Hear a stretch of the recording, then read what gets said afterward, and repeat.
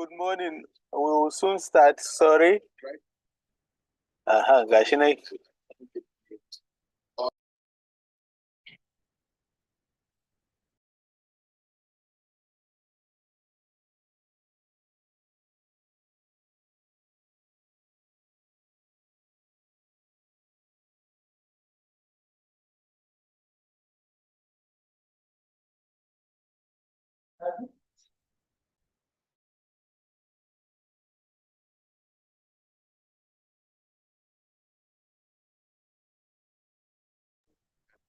Please, the presenter will soon be ready. We are trying to get the slide shared. So as soon as we do that, we get to start. Sorry, but you said the downtime is very, very. Can you give a number?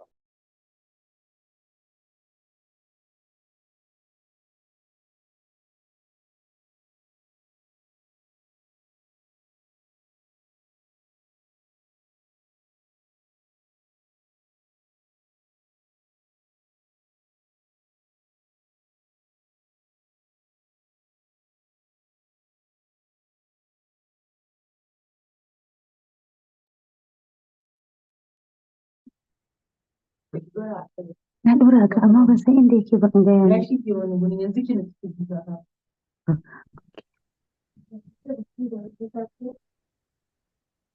Ka ci gaba kafin ta ci gaba ko kuwa.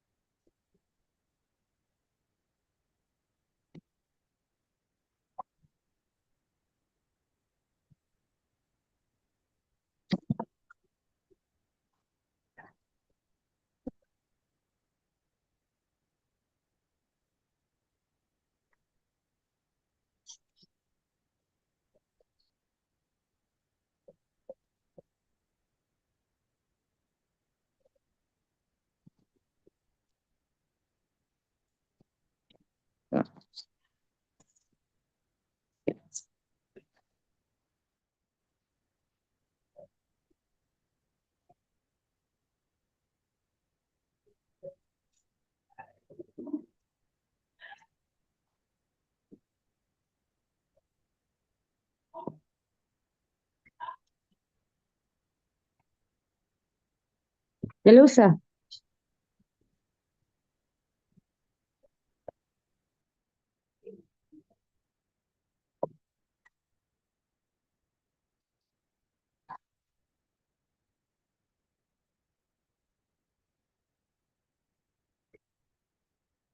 Hello.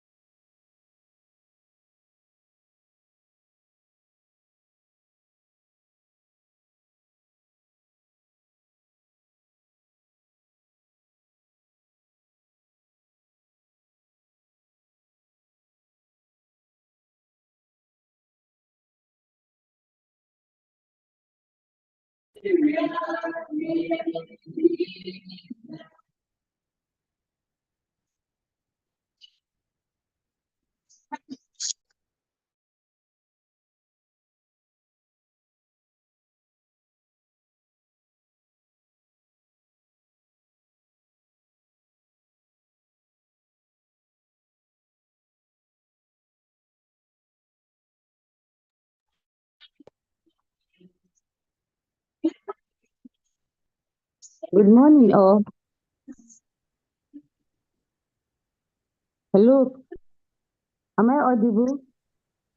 You are now audible, Doctor. Yeah, you are not audible. Send the slide.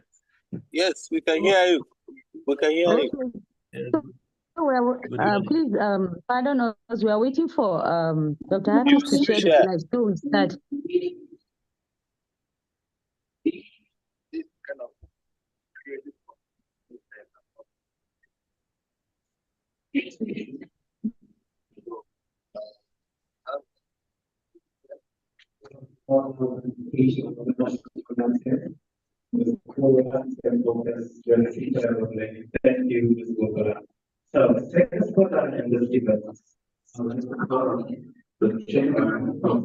Hello, good morning, everyone.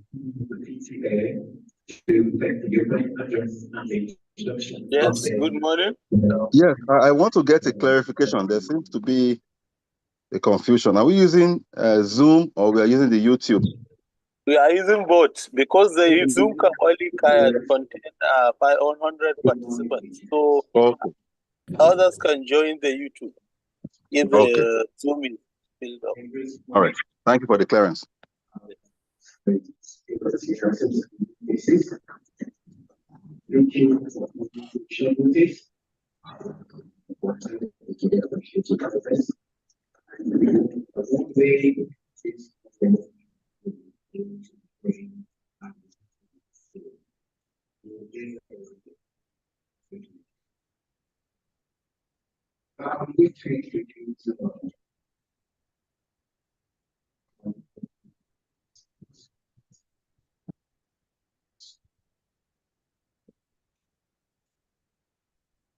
You will know the chairman still remains standing. And you see another position for the vice chairman and some other positions as well. The treasurer basis security over the organization rights and catch she is the treasurer. She is today. That's why she is there right now. The secretary, that was small, with a lot of everything. There is not a secretary. There is a very much is also afraid is national assignment for the entire election. We will have a future as well. We have a program officer. This is Ethiopia, is for greeners.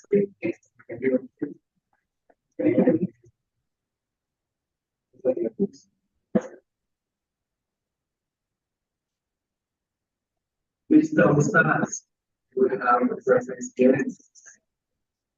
That's our PRO. Mr. Ustaz,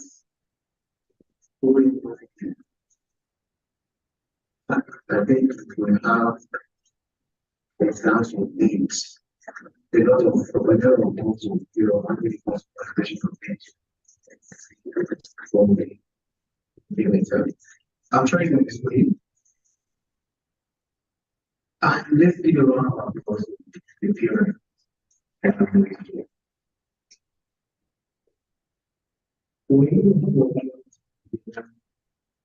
It's good to be an interaction. There's going to be a lot of things that will pop up.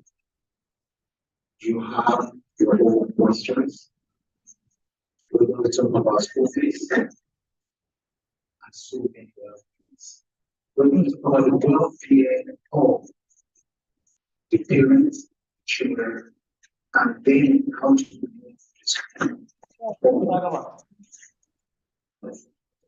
There's one thing for guidance, there's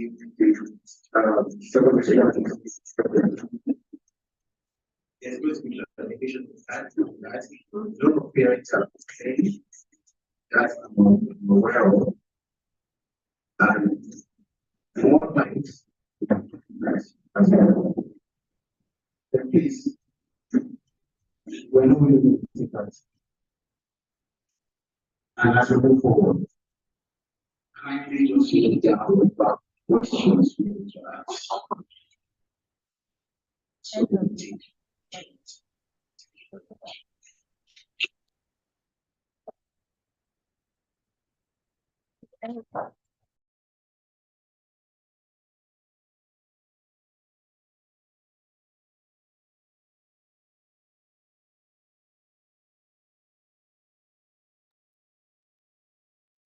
Good morning, everyone. Can we start now?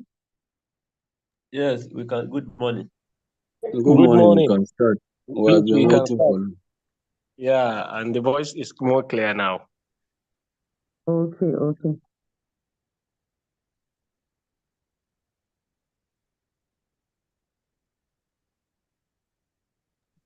I'm Umi Tijani.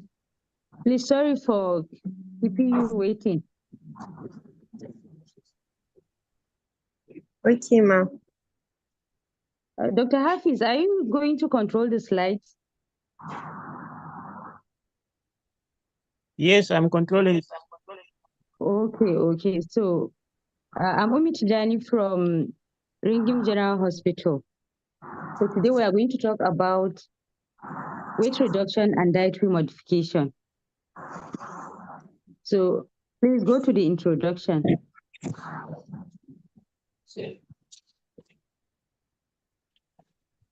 So we are going to discuss it under the following outline. We'll talk about weight loss and the science of weight loss. We're going to talk about food and its role in weight loss, where we'll discuss about food, calories, and weight loss. We're going to talk about calorie deficit, that is calorie shortage. We're going to talk about the calories needed to lose weight. And we'll now move forward to know how to create our own meals in accordance to the calories so as to lose weight or to maintain healthy weight. Then we'll now introduce the concept of cognitive behavioral therapy in weight loss and weight control. Hafiz, let's go. So I'm here today as a testament to the transformative power of healthy lifestyle, that is healthy eating and active lifestyle. So for most of my life, I've been obese since from childhood to adulthood. And is I believe that it was just hereditary because both of my parents were obese and 80% of my siblings are also obese. So I just believe that it was hereditary as at then. Not until 4 to 5 years ago, when I was sick, I became sick. I was diagnosed with obesity. Will I say grade 1? I was diabetic and hypertensive. So when I went to see the doctor, so after consultation, I was told that all this condition I was diagnosed with is as a result of my weight. So am I ready to start taking medication, or am I ready to change my lifestyle? Because all what I've mentioned are lifestyle diseases. So when I thought of it, then I was only 36 years old. So I was just wondering, I don't know for how long I will live. Am I ready to start taking medications that will not cure all these conditions that I've listed? When my kids are small, who will take care of my kids? And I was not ready to start taking drugs as at then. So I now said, no, if there is any modification to my lifestyle that will help me in, will I say, reversing these mentioned conditions, please, I'm ready. So that was how, Hafiz, please move the slide. So that was how I was introduced to cognitive behavioral therapy, which is more of modification of lifestyle. So now, okay, let's start by knowing what is the science of weight loss. The science of weight loss. So these are my pictures. That is before, when I was at my hundreds and when I was 30 kg lighter. This was when I was 30 kg lighter.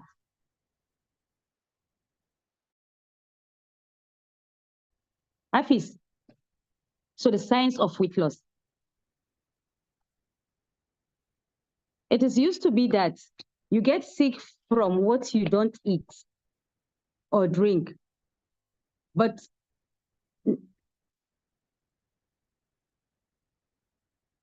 it is used to be that you get sick from what you didn't eat. That is true in much of this world, where people suffer from malnutrition or even dying of starvation. But today, people are more likely to be suffering from illnesses that are caused by eating too much of the wrong things. The food we eat gives our bodies the information and fuel it needs to properly function. So if you give your body the right food, it's as if you're fueling your body with the right fuel. So your body is going to function properly. But when you feed your body with the wrong fuel, your metabolic processes are going to change. So if you are not careful, you're going to be what? You're going to be diagnosed with one or more of the metabolic life diseases. So for you to understand the science of weight loss, let's explore what energy system is. The energy system. So the energy system consists of two components. We have the inputs and the outputs. The energy input just comprises of what we consume. That is the energy your body gets from the food you eat. Why energy output? It simply means energy expenditure. That is the amount of energy your body expends every day. And it usually consists of three things. The first one is resting energy expenditure. And this resting energy expenditure is usually the energy your body uses at rest to fuel physiological processes like breathing, circulation, etc. The next one is thermic effect of food. That is the energy or the calories your body uses during digestion of food, absorption of food, and even its metabolism. Then the next component of energy expenditure or energy output is the activity energy expenditure. And this is the energy your body uses up during exercise and non-exercise activities like house chores, like cooking, washing, sweeping, and other form of exercise. So when your energy input is more than your energy expenditure, this will lead to weight gain. That is when the amount of food you consume is greater than the energy you expend, it will lead to weight gain. When the energy input, that is the amount of food you consume, is equal to the energy expenditure, that is the amount of energy you use up, then you have a stable weight, that is you maintain your weight. Then when the energy input is less than your energy expenditure, it will lead to weight loss. That is, your weight will reduce. So whatever method you use in losing weight, whether any form of diet, or any form of slimming tea or slimming potions, or any form of, will I say, technique you use to lose weight, simply works on this mechanism. That is, you create a scenario where your energy input will be less than your energy output, that is energy expenditure. So, Hafiz, let's move forward. So from the principle of weight loss is simply energy expenditure exceed energy intake. So, overweight and obesity are clearly the result of energy intake exceeding energy expenditure, and of a complex set of interactions among genetic, behavioral, and environmental factors. So, in addition to your intake, when your intake exceeds your output, with other behavioral and environmental factors, this will lead to what? Obesity. Hafiz, let's move forward. So a lot of research is, initially, people just believe that it's all about the food you eat. Yes, if you eat lower than your body needs and you exercise, you will lose weight. And that is the main advice usually we give to our clients. Just go and lose weight. If someone asks you, how can I lose this weight? They will just tell you, okay, just go and reduce your food intake and exercise. But weight loss, sustainable weight loss is far beyond that, because habits control the whole procedure. If you don't try to modify the habit of that particular client gradually, it will be very difficult for that client, even if he or she succeed in losing the weight, it will be very difficult for that client to sustain that weight loss. So that is why research is now established that this to achieve a sustainable weight loss, you have to what? You have to modify the behavior of that particular client or patient. Hafiz, let's go.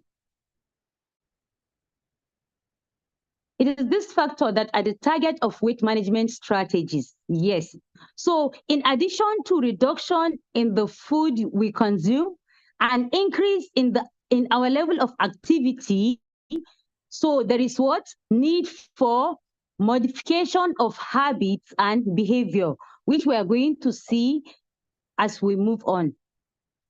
So by changing these behaviors, weight can be lost and the loss can be maintained. You know, it's one thing to lose weight and it's another thing for someone to maintain that weight. So the primary goal of behavioral strategies for weight control are to increase physical activity and to reduce calorie intake by altering eating habits and what's your habits towards activity. Hafiz.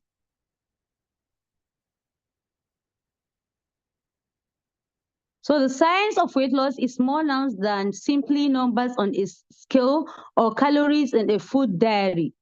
So it encompasses understanding the complex interplay between metabolism, nutritional intake, and the body's physiological responses to diet and exercise. And as such, a balanced approach to weight loss considers not only the quantity of calories consumed, but also the quality of those calories. Because we have healthy weight loss and we have unhealthy weight loss. In due course, you are going to see that for you to get a healthy weight loss, you need to what? You need to use a balanced diet. Balanced and adequate diet. That is food that contains all the classes of food in the right proportion. So it's not healthy for you to tell someone, okay, you should stop taking carbohydrates at all or stop taking fat at all. So in due course, we are going to see the contribution to each class of food in weight loss. So the first thing before you start is what you have to set realistic weight loss goals that are SMART goals. And when we talk of SMART goals, is first the goal should be what? Specific. It should be achievable. It should be measurable. It should be realistic, and it should be time bound. That is, if you want to lose weight or you want to help someone to lose weight, the first thing to do is you have to set your goals. And that goal should be what? SMART goals. How will you set SMART goals? The S stand for what? Specific. Okay, I want you to lose 10 kg. Yes, 10 kg. It's a specific goal. You are specific, and you've measured it. You said what? 10 kg. Then that 10 kg, is it achievable? Is it something you people can achieve? You cannot just go come and start saying, okay, I want you to lose 100 kg, maybe within let's say within 1 year. It's not something that is achievable. This is not a SMART goal. So the first thing is for you to what? Set a SMART goal. Then after that, then you will now embark on your weight loss journey, and which we are going to see every step you are supposed to take.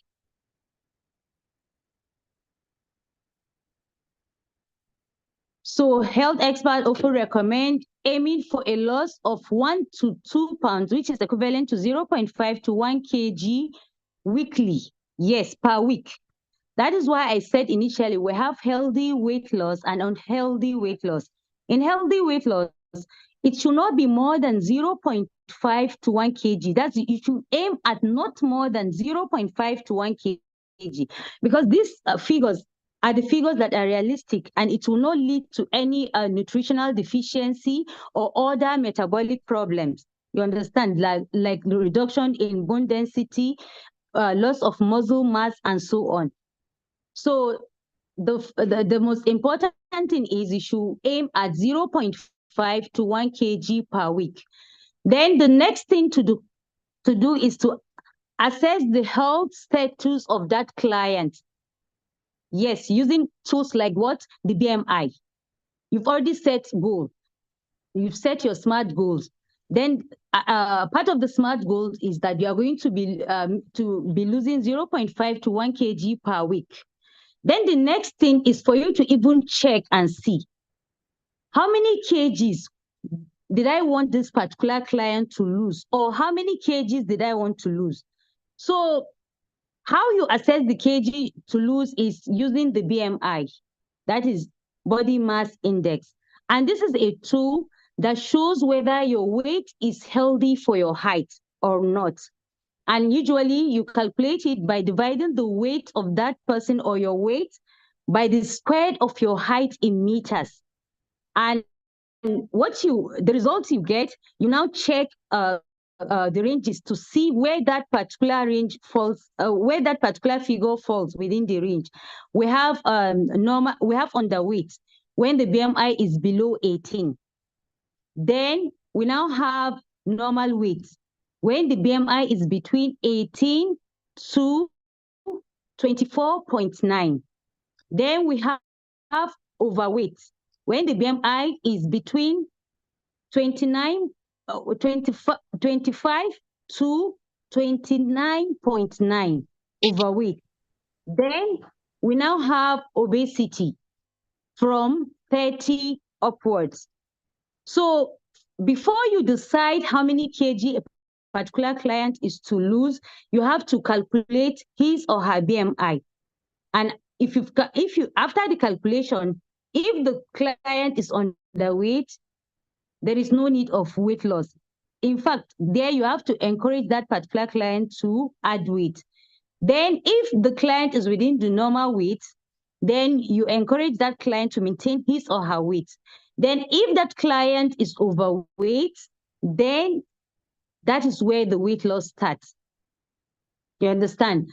And from when a particular person is overweight or obese, that is when you start thinking of that client reducing some kgs. And now, how will you know the kgs for that someone's supposed to lose, the healthy kgs, the numbers someone's supposed to lose, not just deciding by just looking at the client. You now say, "Kai, you need to lose 10 kg or just lose 20 kg." No, what you do is you make some calculations, and the calculation is you now use the normal range. That's the value of the normal range of BMI. That is 18 to 24.9. So what you do, you now 18 is the lower limit and 24.9 is the highest limit within the range of normal weight. So let's say that particular client, the height of that particular client is 161. So what you will do, you will now multiply the lower limit by the Yes, I'm trying to explain. We're assessing the health status of the client or patient. That is to know how many kgs that particular client is supposed to lose. You understand? So after knowing the BMI of that client, so the next thing is for you to what? To even think of how many kgs that client needs to lose. And how to know the particular values is you using the BMI. Yes, you using the BMI, the normal range of the BMI, that is 18 to 24.9. So how you will know is you will now use the height of that particular client in meter. That is, if let's say the height of the particular client is 1.61 meters, then you will now times 18 by the squared of 1.61 meters.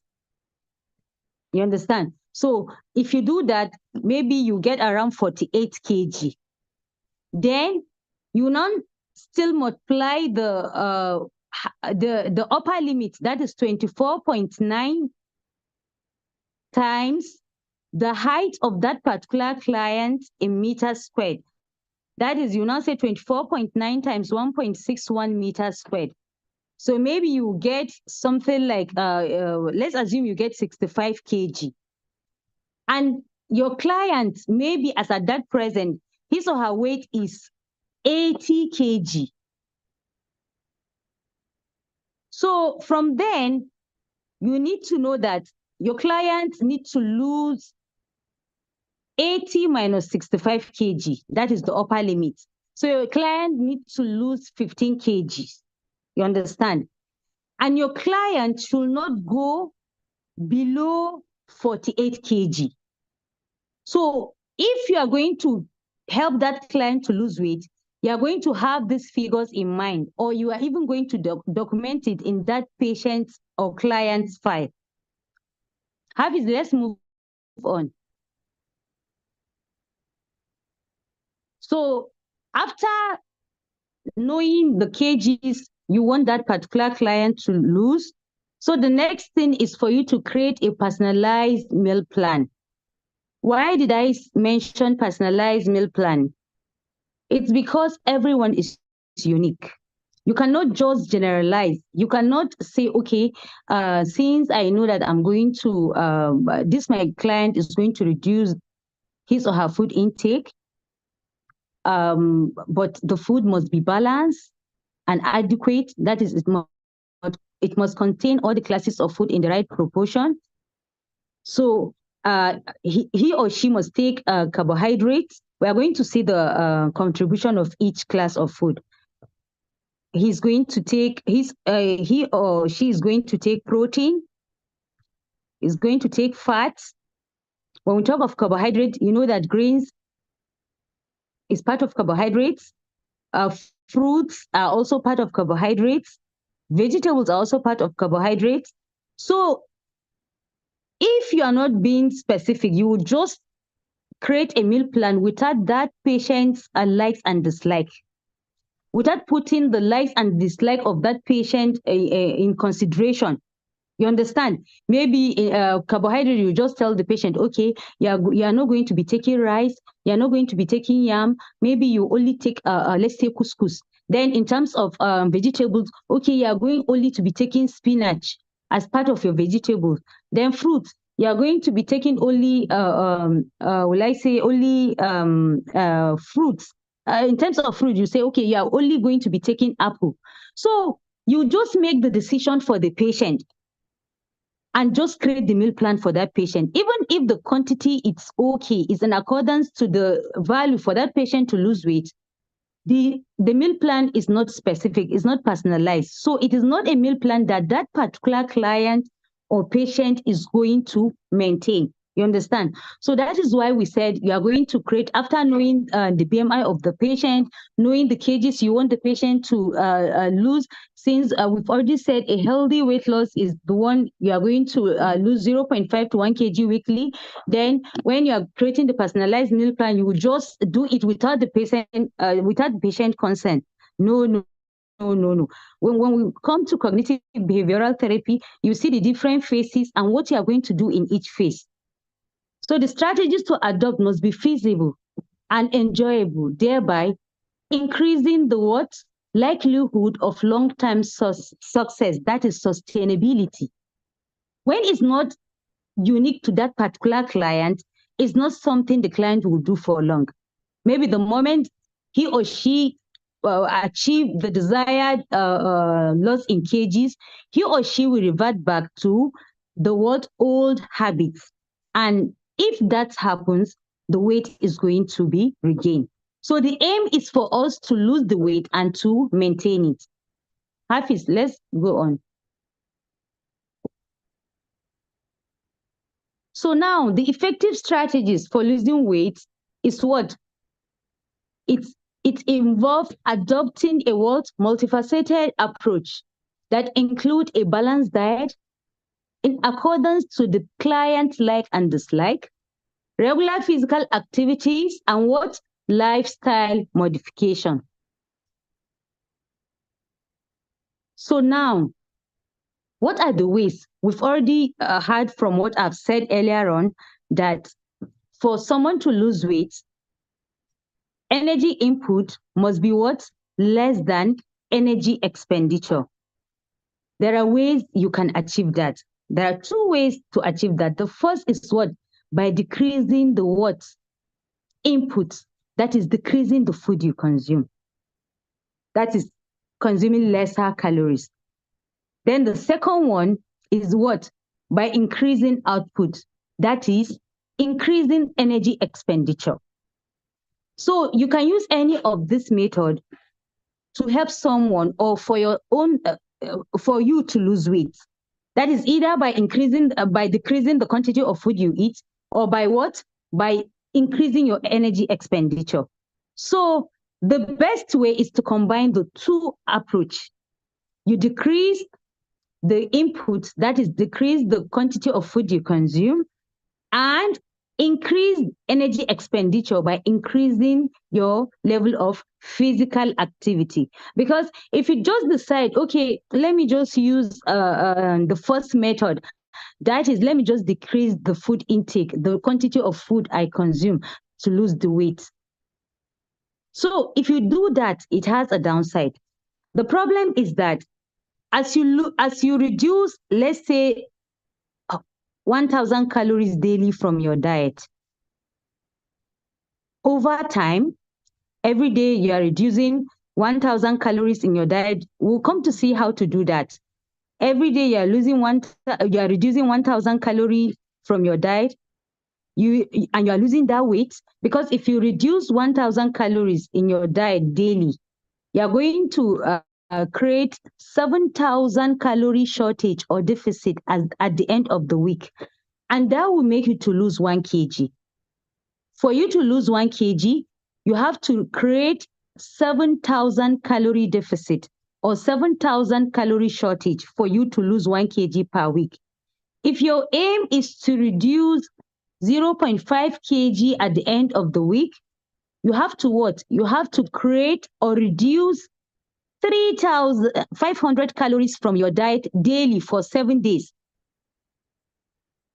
So that will lead to you reducing 0.5 kg at the end of the week. If you start initially, you'll be getting results. If you are really doing it, you'll be getting result. At the end of each week, when you check the scale, you see that 1 kg down, you are 1 kg lighter. But as time goes on, As your body becomes used to that quantity of food you are eating, it will stop losing the weight. Your body will stop losing that weight. Yes, your body will what? Stop losing that weight because it will devise a means of accommodating that quantity you are used to.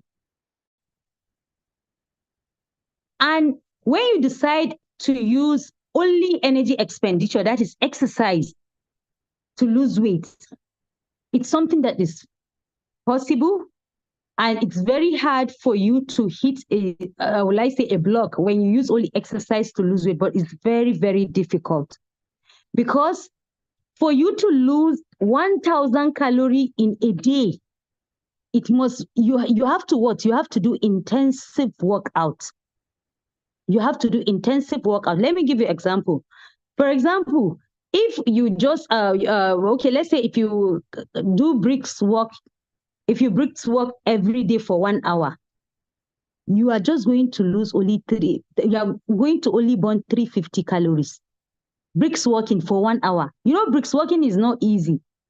It's not like normal work. If you bricks work for 1 hour, you are only going to burn 350 calories. So how many hours will you use to reduce 1,000 calories a day with exercise?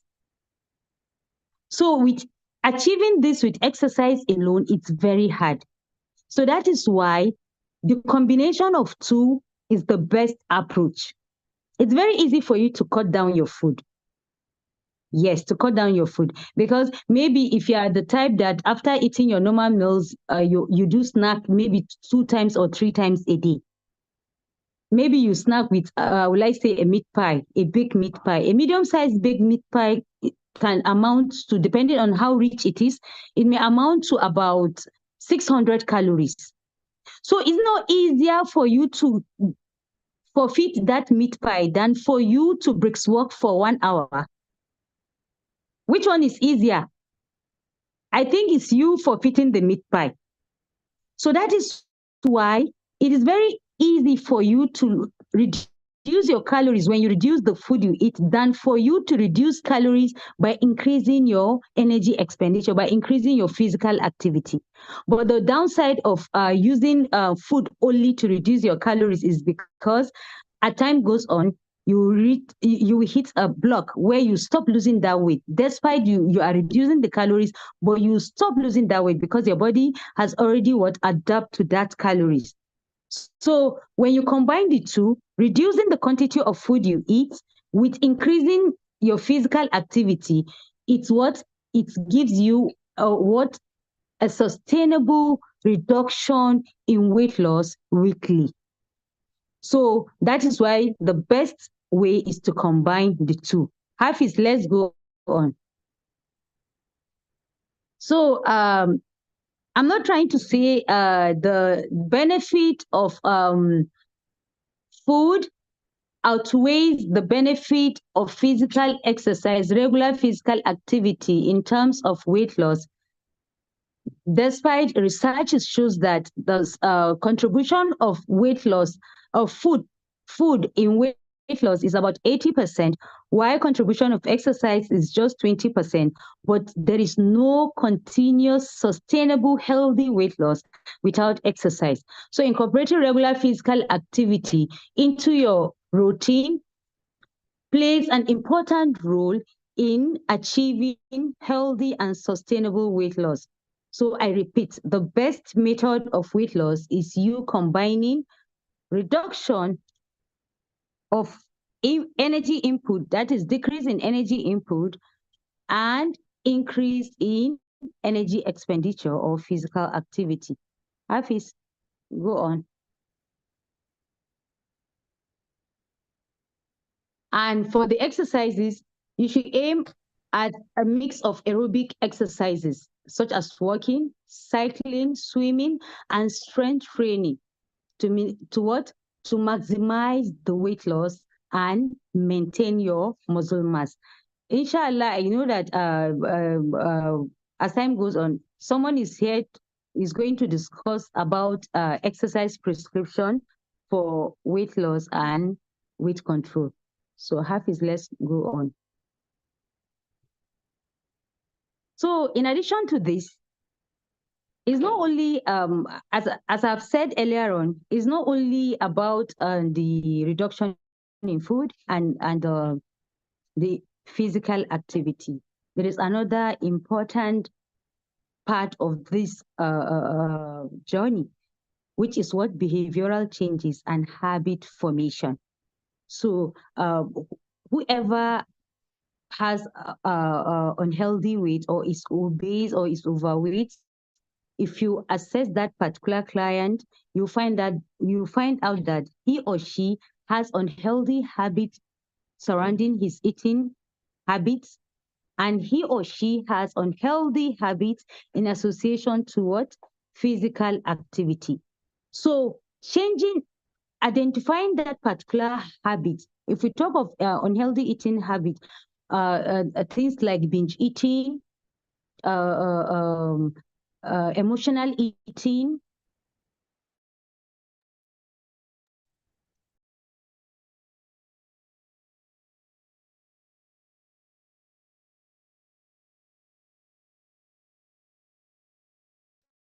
all these are unhealthy. Maybe client A has emotional eating.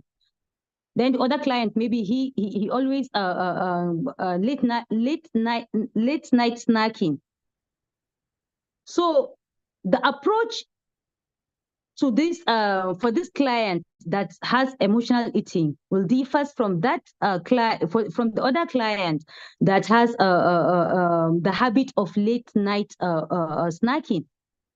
So you have to assess the client, know the behavior that is unique to that particular client, then help the client to unlearn those unhealthy behaviors or habits. Then he or she help that client to replace it with healthy habits. And the best way to do that is for you to even educate or enlighten that client about that unhealthy habit.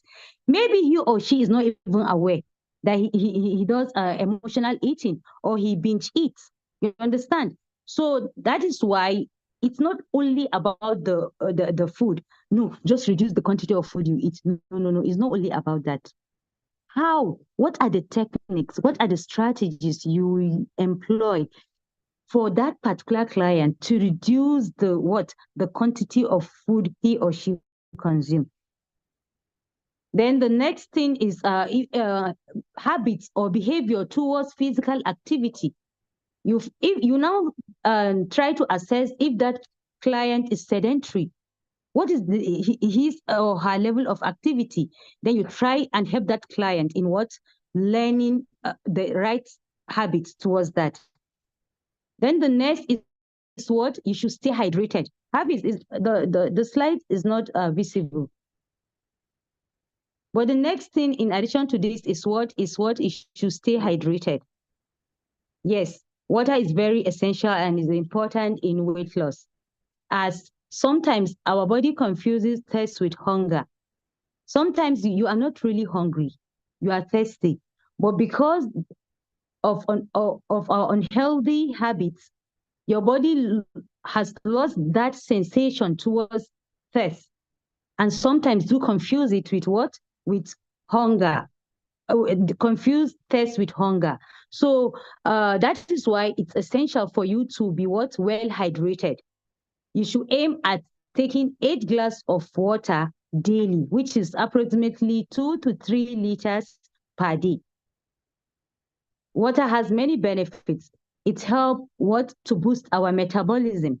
It suppresses appetite, and it also plays role in most of the physiological processes that takes place in our body.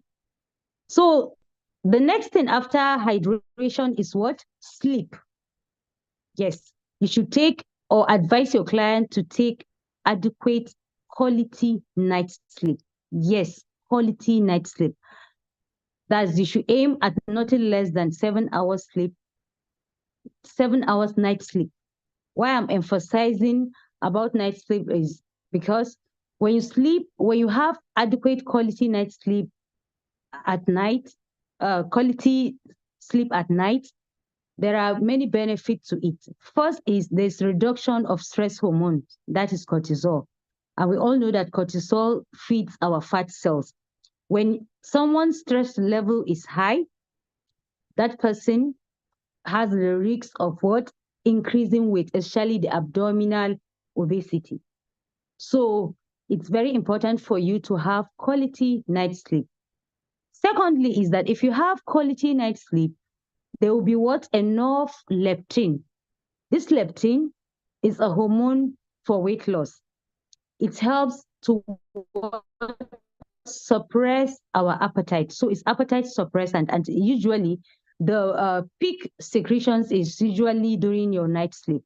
So if you don't have adequate night sleep, I'm sorry, during the day, you have what? Heightened level of appetite. And when your appetite is crazy or it has increased, definitely you're going to eat it. So now, please go ahead. So, as I've already said that that is, you should aim to take in 2 to 3 liters of water daily. Hafiz, let's go ahead.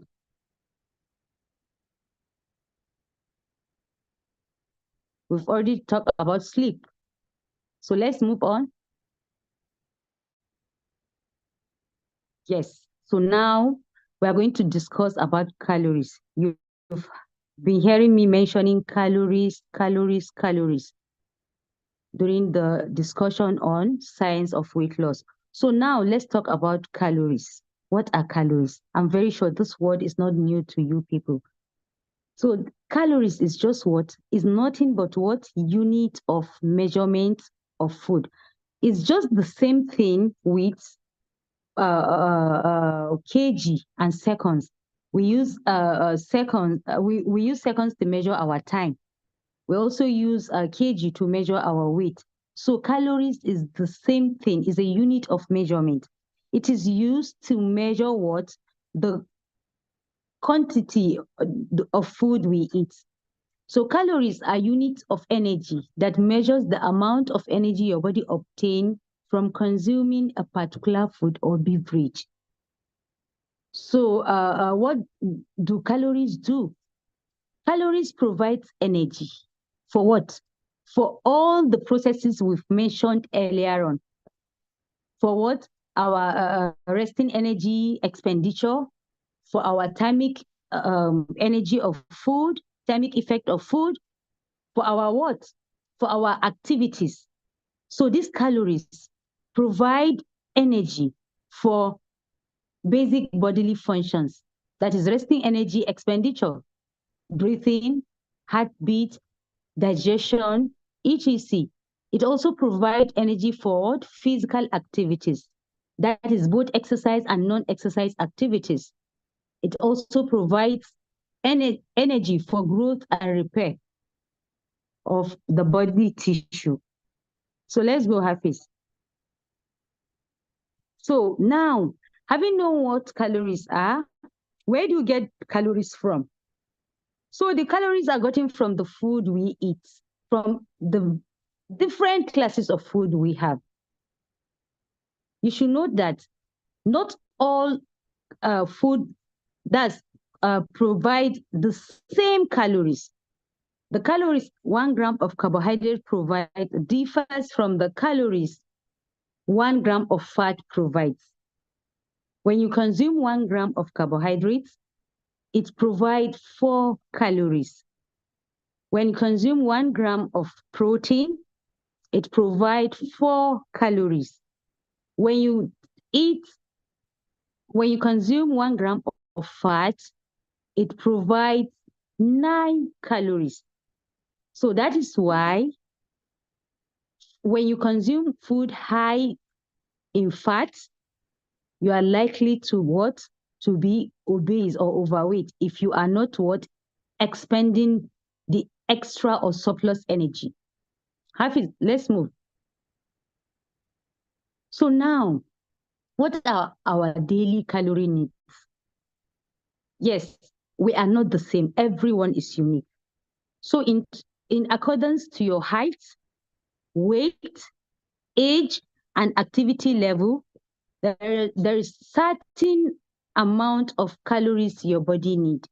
Though there is a general range that is usually used, which is not specific, but sometimes we still use it. So adult women, usually the daily need ranges between 1,600 to 2,400 calories daily. Adult men ranges from 2,000 to 3,000 calories. Then children, depending on age, in terms of children, it tends to be very specific. Yes, it tends to be very specific. So you have to do the calculations in order to get the specific energy need of children. I still repeat, it's not general. This is just a range. If you want to be specific for the sake of treatment or management, it's very important for you to calculate. And as we move on, we're going to see how you calculate the calorie need of a particular individual. When we say calorie need of a particular individual, it means the calories or the energy that particular person need to survive. Yes. It's when you consume that particular calories, you're not going to lose weight, you're not going to add weight, you're going to maintain your your weight. That is why, in other words, it is called or termed as our maintenance calories. So let's see some terminology in relation to calorie. So calorie intake, that is the total calorie of food consumed or the total calorie consumed. That is our what? Calorie intake. Then calorie expenditure, just like our energy input and energy expenditure. So calorie intake is just like our what? Energy input. You understand? Then the calorie expenditure is just like our what? Our what? Energy expenditure. So that's why it says total calories burned. Then the next one is calorie deficit. This is a very important concept that we are going to talk more on. That is consuming fewer calories than expended, which will lead to what? Weight loss. That is when your energy input is less than your energy expenditure. Then we have calorie surplus. When you consume more calories than expended, that is when your energy input is more than your what? Your energy expenditure. You create what? Calorie surplus. Calorie surplus, which will definitely lead to what? Weight gain. So Hafiz, let's move. So now these are things it's important for you to note. That's type of calories. There are basically two types of calories. We have a small calorie. That is the amount of energy required to raise the temperature of 1 gram of water by 1 degree Celsius. Then a large calorie is the amount of energy required to raise the one kilogram of water by 1 degree C. So it is also called kilocalories. Usually you see at the sachet of some biscuits, beverages, the calories is boldly written there. Sometimes they will even give you two options, one written in kilocalories and the other one written in calories. Hafiz, let's move on. Hafiz, let's move on.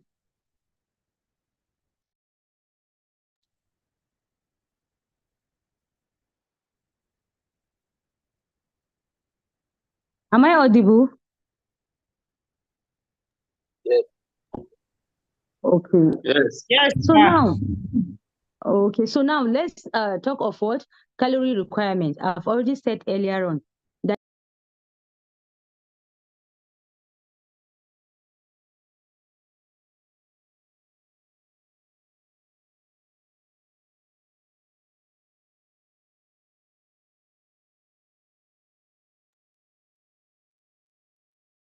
Yeah.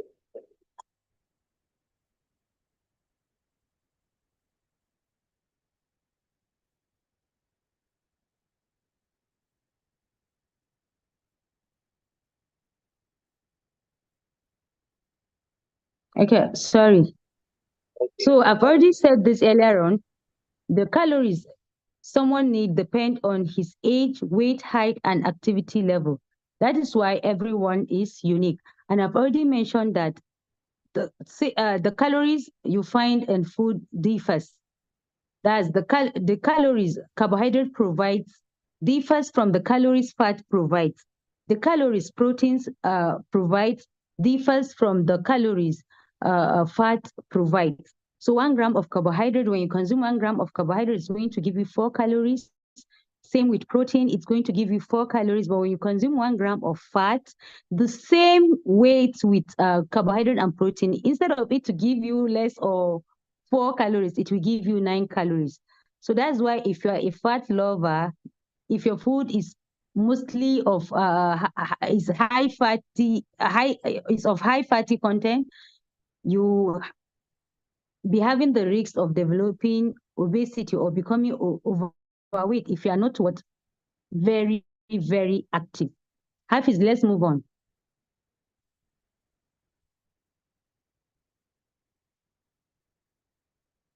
So now, another term or terminology in calories are what? Empty calories.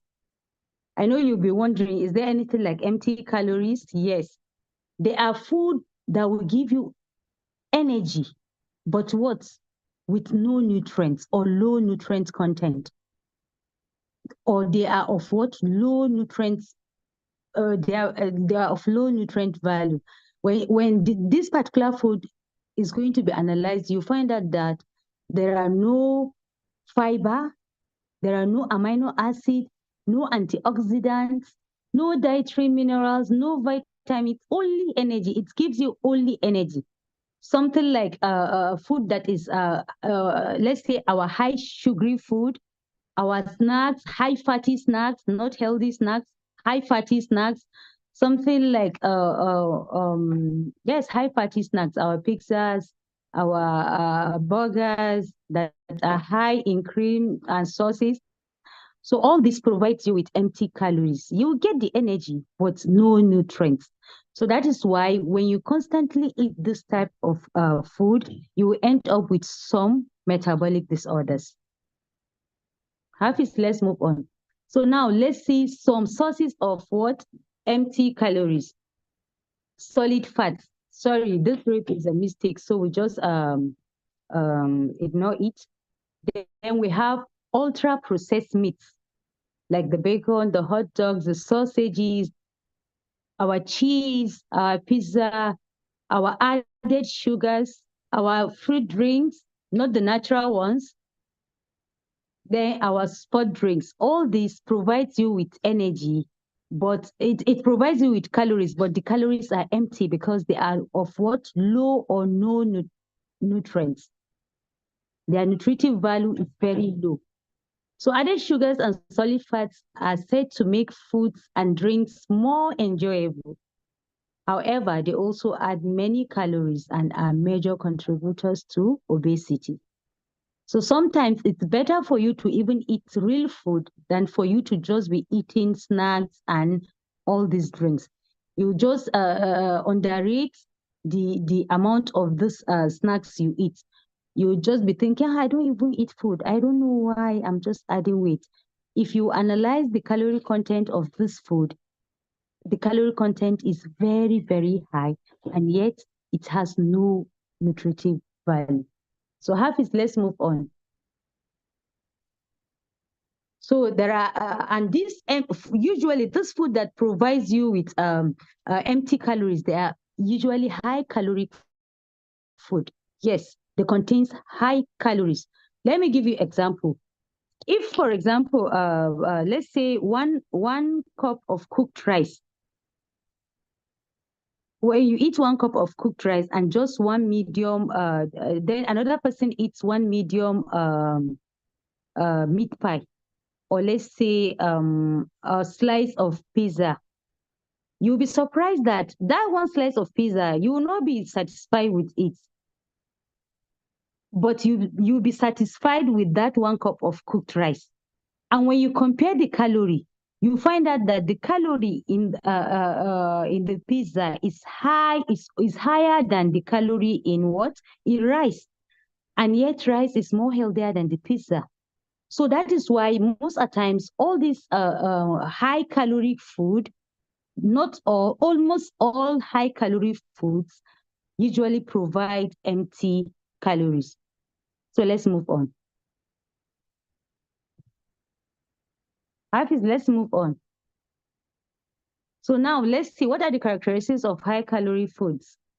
Usually the foods are usually high in fat, especially saturated and trans fats.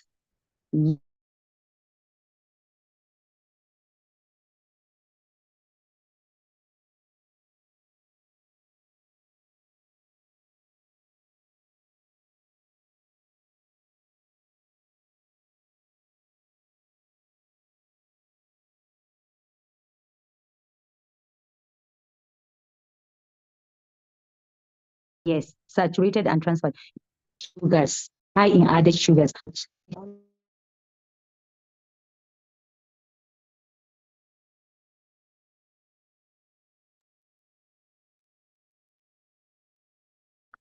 And yet, honey is termed more healthier than sugar because sugar has empty calories. Why honey is not empty? Because it provides some nutrients. You understand? So usually our added sugars are not what? Healthy. Any food that is high in refined carbohydrates like our flour. You know, flour is gotten from our wheat. So, but a flour is what? Highly processed. All the fibers and some of the amino acids are being lost during the process of during the processing technique. So, that is why food that are ultra processed or highly refined are not healthy because they contain empty calories. The next is what? Any food high in protein. Yes, most especially animal source like red meat from our cows. They are what? They are high caloric food, and though they have some certain percentage of nutrients, but also contains other substances that are what? Dangerous to our health. The next is any food that is dense in nutrients. That food is what? High caloric food. Though it may be healthy when eaten in what? In small portion. But when you don't eat it in small portion, though it is nutrient dense, it becomes what? Unhealthy. For example, our granite. Do you know that 1 cup of roasted granite is amounting to 827 calories? Which it has triple the calorie of 1 cup of cooked rice, because 1 cup of cooked rice is not more than 210 to 230 depending on the type of rice. But just 1 cup of granules is what? About 827 calories. So if you should take 10 pieces of cashew nut or almond nut, is amounting to about 100 calories. So nuts, though healthy, but they are what? Calorie dense. So if you want to have the benefit of nuts, you should eat it in small quantity. Same is applicable to what? Oils. All oils, no, even if the oil is healthy. I know we have list of healthy oils. If I ask now, some will tell me olive oil, almond oil. Yes, though they are healthy because they have some nutrients, but they are calorie dense. They have same calories with oils that are not healthy. A tablespoon of oil is about 120 calories. So if you are the type that takes food high in oil, definitely you're going to be having high calorie than expected. So your calorie consumption will increase. Then large serving size. Yes, just what I finished explaining about nuts. Nuts, though healthy, but calorie dense. So if you take nuts in large quantity, you'll be what?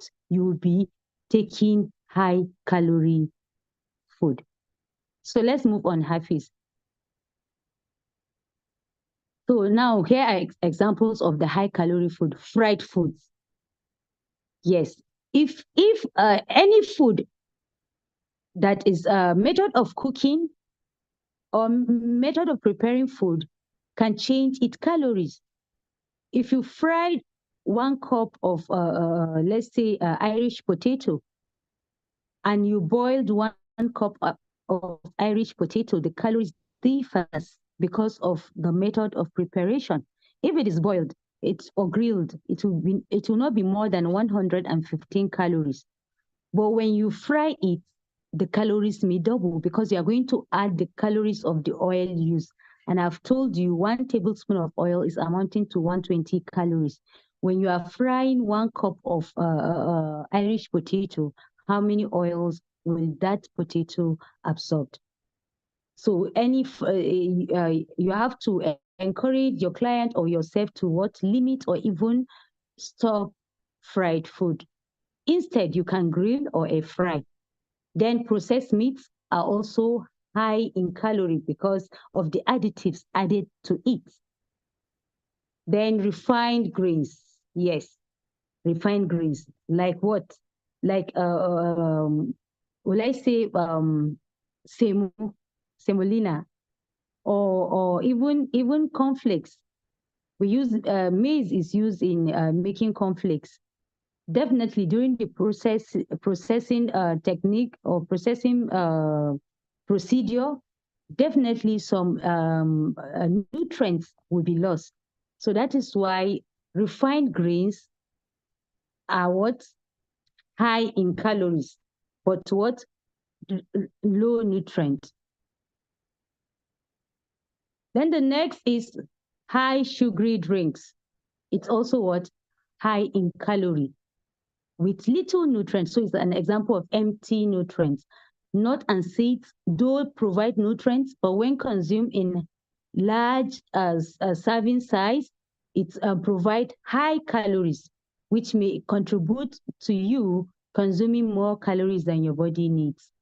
Same goes to oils and fats and high calorie food like avocado. Though avocado is healthy, but it's what?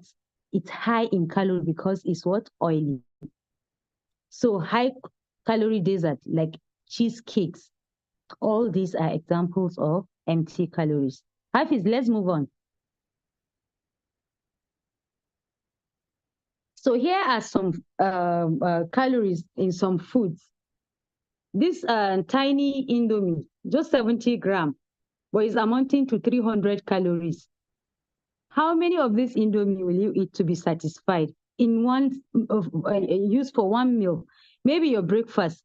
Maybe you are going to eat two of this Indomie. You add oil, you add egg.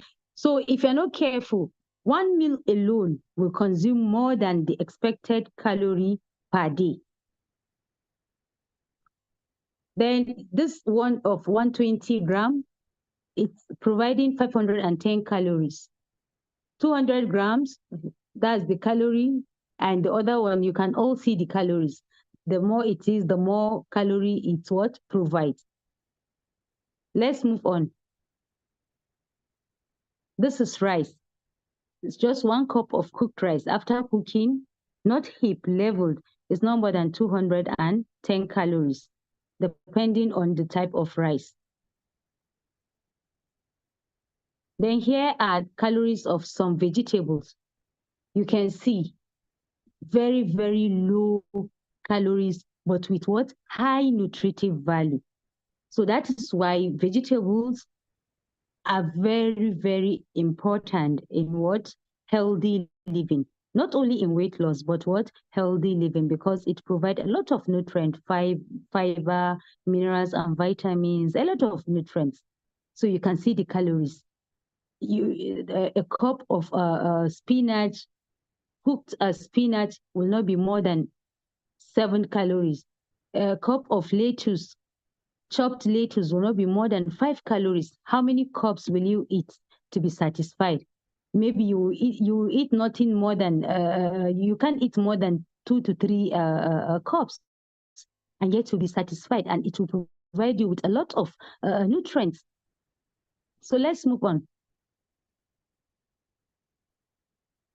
So these are high calorie fruits. So you can see the calories from the slides. Though they are fruits, we have the belief that fruits are healthy. Yes, fruits are healthy, but it depends on the type of fruit. So when fruit is of high caloric value, you reduce the portion you take. Let's move on. So now, what are the calories you require to lose your weight? Let's move on. This leads us to the concept of calorie deficit. That is calorie shortage. So this is where we are going to do our what? Our calculation. Let's see what is a calorie deficit. A calorie deficit is when you consume fewer calories than you expend. Over time, this could lead to weight loss.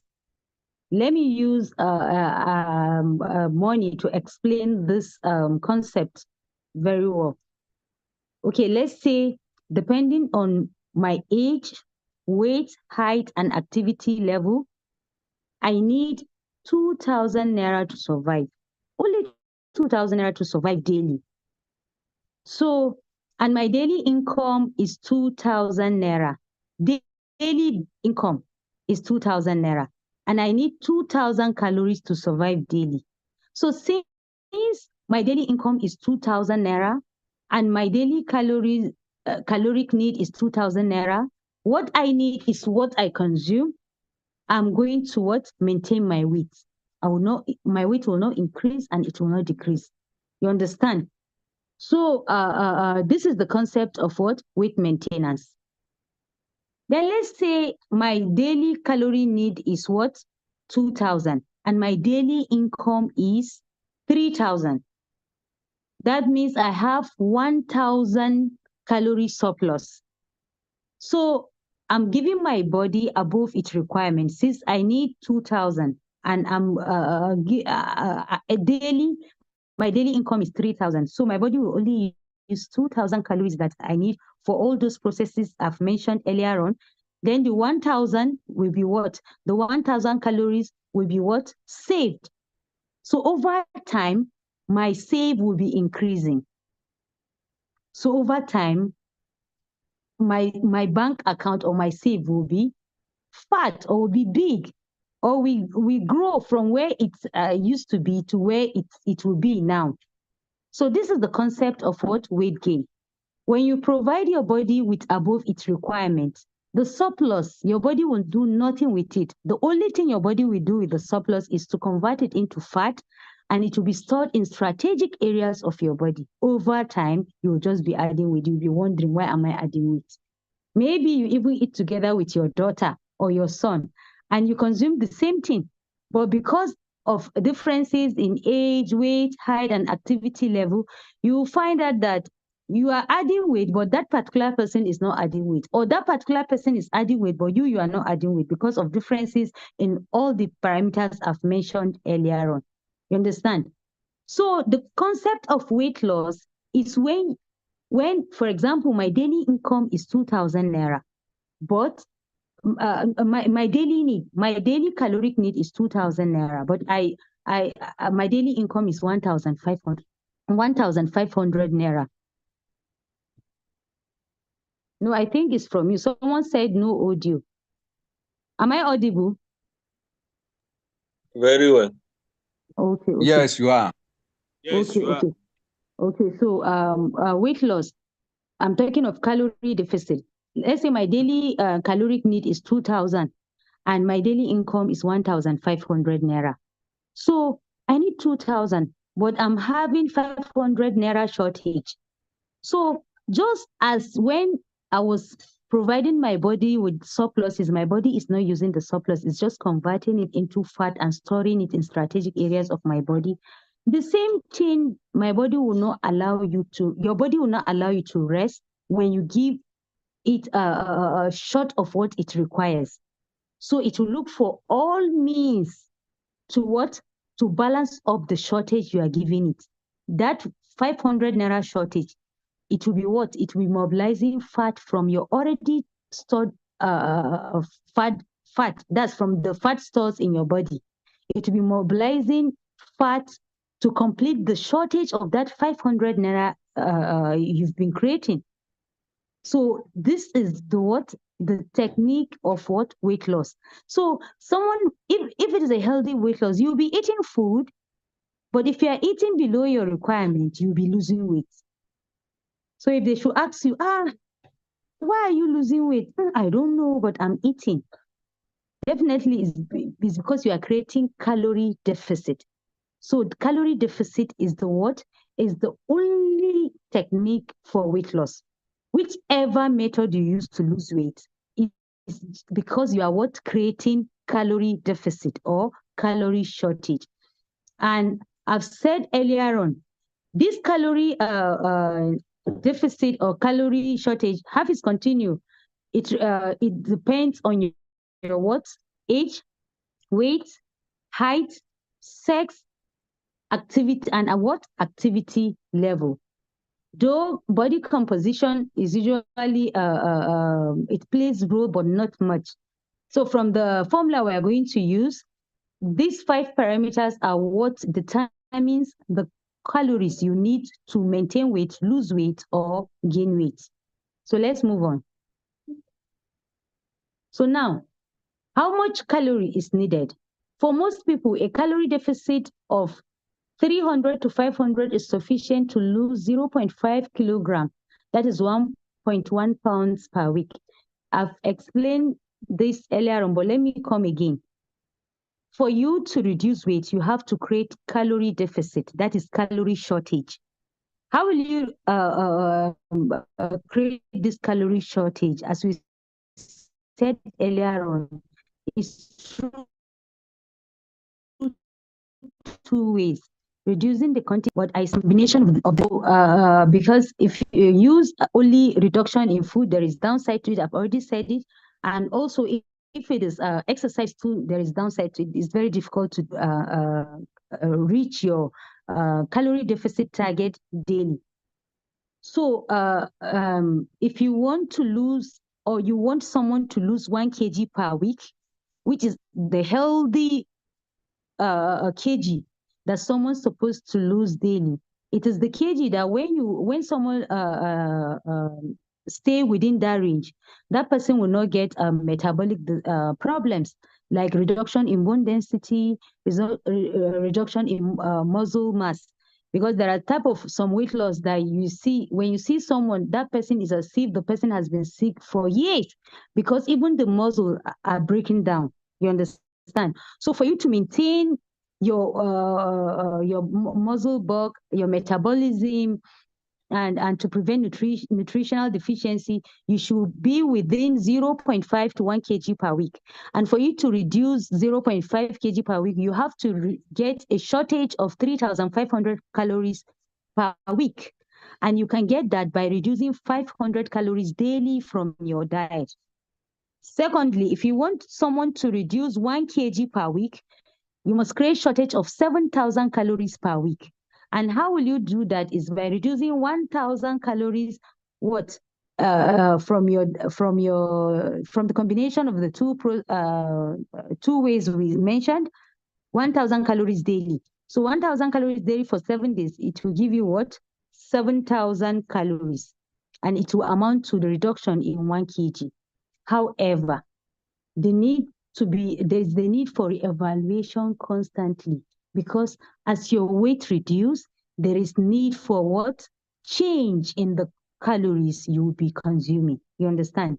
If, for example, when you are at 80 kg, your daily calorie need is, let's say, 2,500 calories.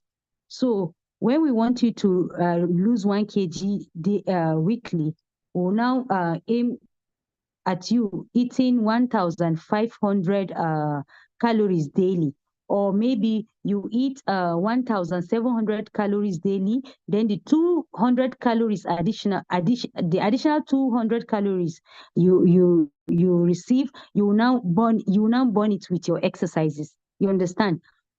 So as you reduce your weight from 80 kg to 85 kg, there's need of what? Reevaluation and reassessment, because definitely the amount of calories will reduce. So that is why it is said that there is need to be what? Re-evaluating constantly, especially as you lose the weight. Hafiz, let's move on.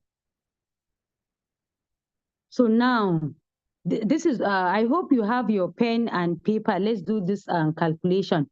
How to do the calorie deficit calculations. So to calculate your calorie deficit, you first need to calculate your maintenance calories. I've mentioned earlier on, maintenance calories are calories you need to maintain your weight at that very time. Yes, at that very time, at your present age, at your present height, at your present weight. You understand? It is your maintenance calorie. When you consume your maintenance calories daily, you will not lose weight and you will not add weight. You will just be the way you are. So it is said that these are the numbers of calories your body needs to support energy expenditure. So Hafiz, let's carry on. So you can use a calculator, yes, online. There's one called weight planner. It's already written there. When you search online, you're going to see it. So they will ask you to input your age, height, weight, physical activity level. When you input all these parameters, you will get your maintenance calories. But you can also do it manually using a formula. Hafiz, let's carry on. So the first step when you want to calculate it manually is use Mifflin-St. John equation to determine your BMI.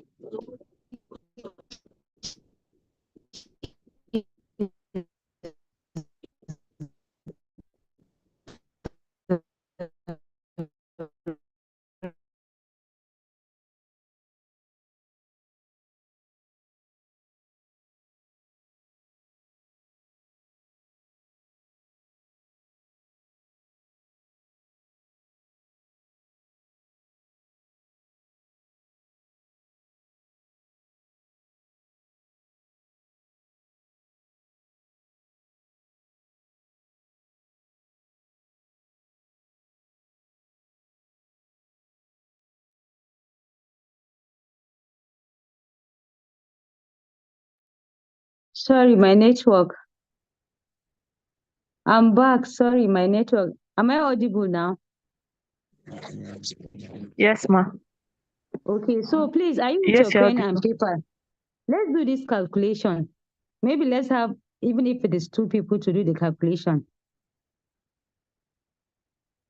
Is anyone ready?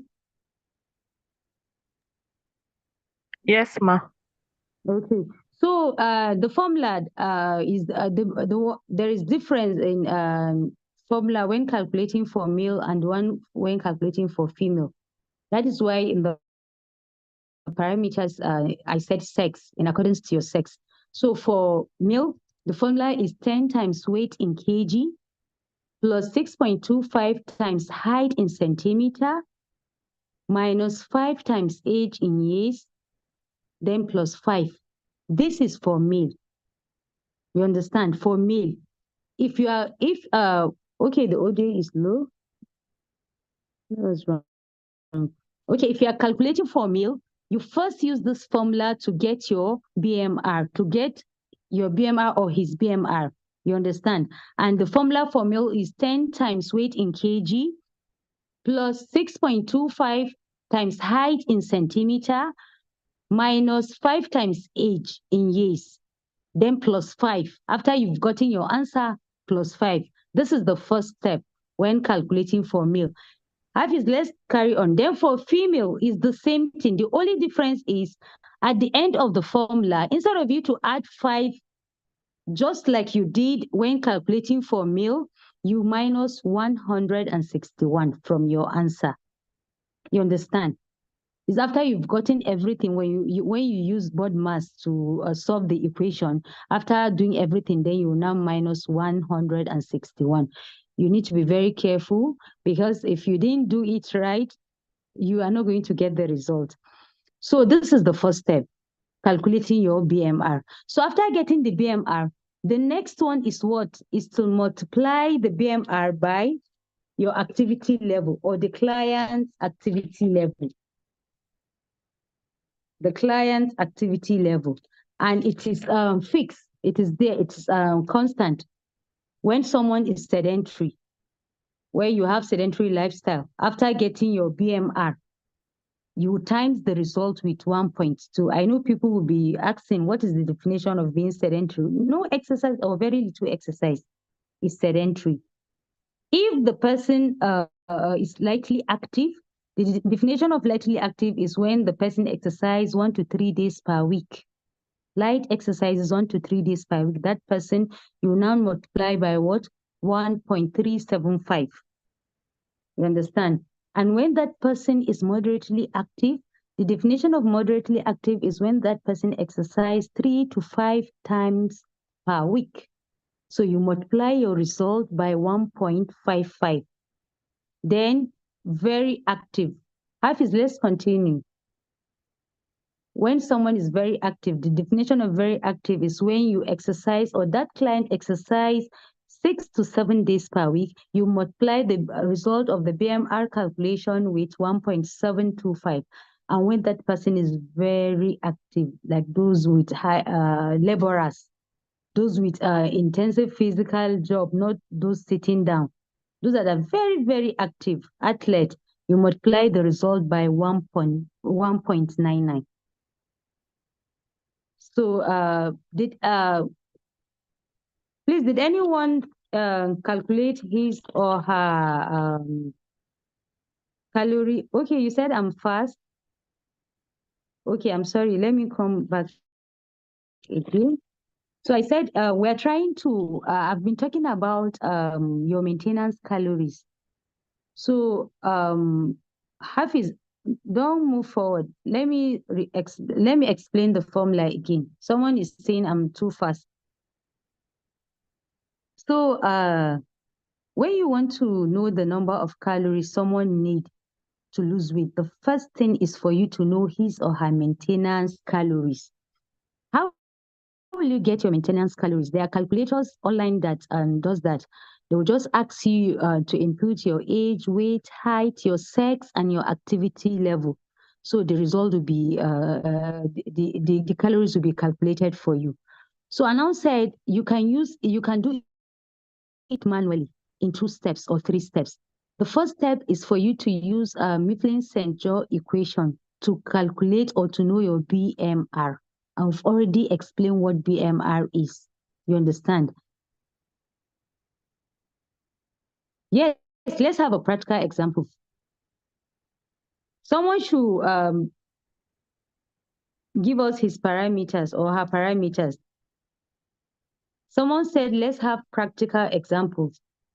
Who is ready to volunteer?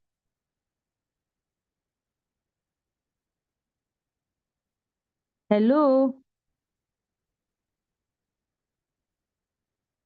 Am I audible? Yes, you are. The person that Someone wants said, should give his own. Well, clear with the example. If somebody needs, let him give his particulars. oh, okay. So let's continue. Audible. So, Audible. Continue. okay. So they said everyone should do his or her own calculation. But I'm sure it's very clear. If you go through, you understand. So, but let's say after calculating the maintenance calorie of let me use myself, Umi Tijani. Maybe my maintenance calories is 2,000 calories. Using this formula, the first step is using Mifflin-St. John equation to calculate your BMR. After that, then I'll now multiply the result with what? The value of my activity level. If I'm sedentary, lightly active, moderately active, very active, highly active. All the values are there. So after multiplication and everything, I got 2,000 calories as my maintenance calories. If I will eat 2,000 calories daily, I will not lose weight and I will not add. I will maintain my weight at that present age. Let's say I'm 40 years old now. So after the calculation, when I was 40 years old, my maintenance calories is what? 2,000 calories at the same level of activity presently. So if I'll keep on eating 2,000 calories, I will maintain my weight at present. But when I move from 40 years to 41 years, or when my weight change, or when my activity level change, my maintenance calories will reduce. But if this being constant, my maintenance calories will remain at 2,000 calories. If I will eat 2,000 calories daily, I'm going to maintain my weight. But if I want to lose weight, I want to lose 0.5 kg daily. So I'll be eating 1,500 calories. That means I'll be creating a shortage or a deficit of what? 500 calories. So instead of me to be taking 2,000 calories, I'll be taking 1,500 calories daily. You understand? So at the end of the week, if I am doing it correctly, I will be 0.5 kg lighter.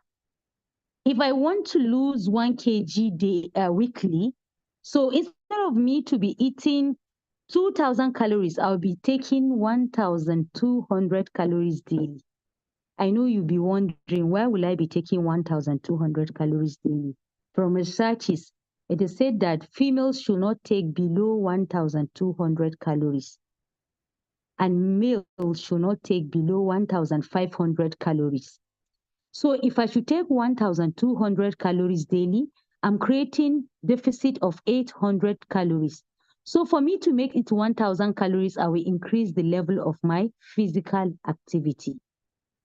So if I increase the level of my physical activity, I'm going to reach the what? 1,000 calorie deficit. So at the end of the week, I'll be losing 1 kg. Hafiz, let's continue. Move the slide. So now, having known your calories, your maintenance calories is 2,000 calories. So we want you to lose 0.5 kg weekly. So you'll be taking what? 1,500 calories daily. So what will be the component of the food you will be eating? Here is the component. Here are the components. First is what? Whole vegetables. Let's remove the whole, just vegetables. The second one is what? Whole grains. When we say whole grains, the ones that are not refined. Yes, the ones that are not refined. Your whole wheat, your less processed rice. So that is why some people think of usually take brown rice more than the white rice. But I'm going to tell you that if there is no way you can be taking whole grains all the time, when you add a lot of vegetables to the ultra processed grains, it's what? It reduces the effect of the what? Ultra processed, it reduces the effect of the refined grains. You understand? So because whole grains is very difficult to use, we are not used to it. But for someone that has a metabolic disorders or someone that really want to lose weight, he or she should take more of whole grains. Instead of you to take pap, you should take gruel, that is kunu. The fiber is already there. You understand? If you want to take your swallow, try and be taking the one from grains that are not ultra processed. You understand? Yes, that are not what? Ultra processed. So I don't know. Let me in Hausa, there is what we call dasa.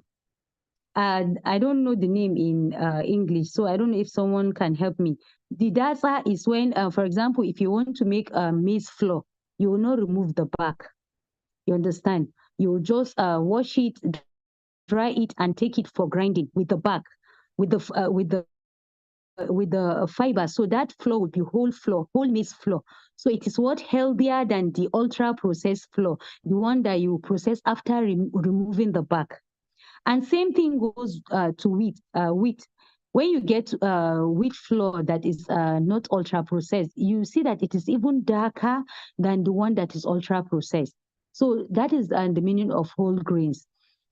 Then another thing is whole fruits. When we talk of whole fruit you eat with its bag.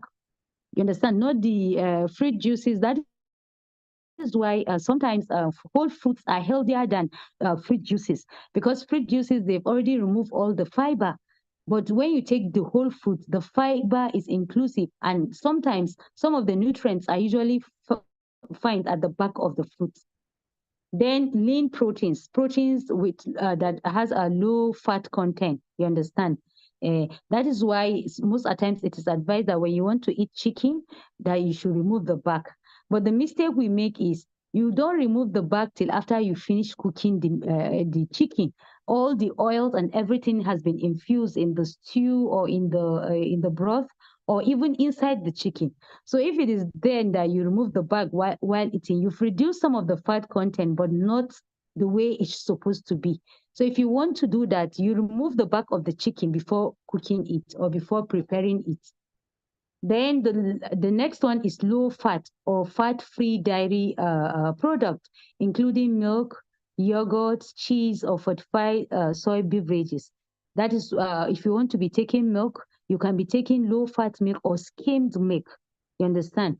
For someone that want to lose weight, yes, for someone that want to lose weight or want to be healthy, because there are some health conditions, even if you don't have the weight, there are certain health problems that warrant the taking of skim milk or low-fat dairy products. Then healthy oils such as olive or canola oil or almond oil. But I repeat, no matter how healthy oil is, the quantity you use matters since the calories are the same. So let's go. Hafiz, let's move on. Then this is just like a repeat exercise. After we've explained about the calories, how you use your calories. So I know a lot of you will be saying, okay, after I've gotten my calories, I know that I'm to eat 1,500 calories. How will I know that this is the quantity of carbohydrate I should eat at breakfast or lunch or dinner? How will I know? Or how will I know the quantity of carbohydrate I'm to eat throughout the day, protein throughout the day, fat throughout the day? We are going to see it when we move on. So I've said it, in addition to the food, you should also include exercise. Combination of the two approach is the best. Your food reduction in the food you consume and exercise. So exercise, I'm very sure someone is going to talk more about exercise prescription. So let's move on, Hafiz. Hafiz, let's move on.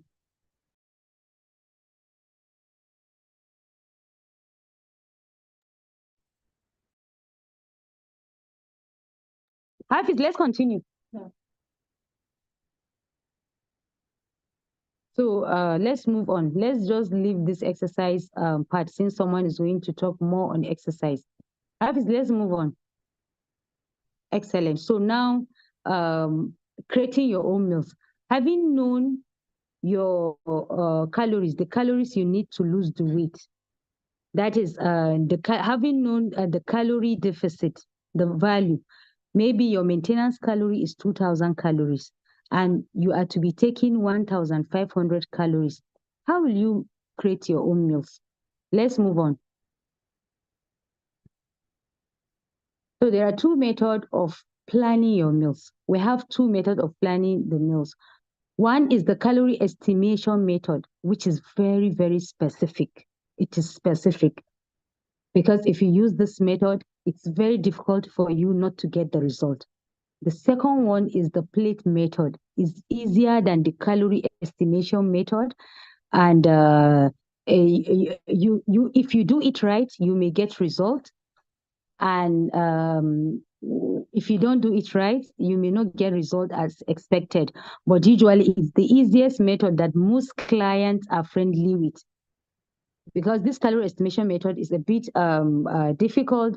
It's only possible, or it's very effective when you, the therapist, is going to do it for the client.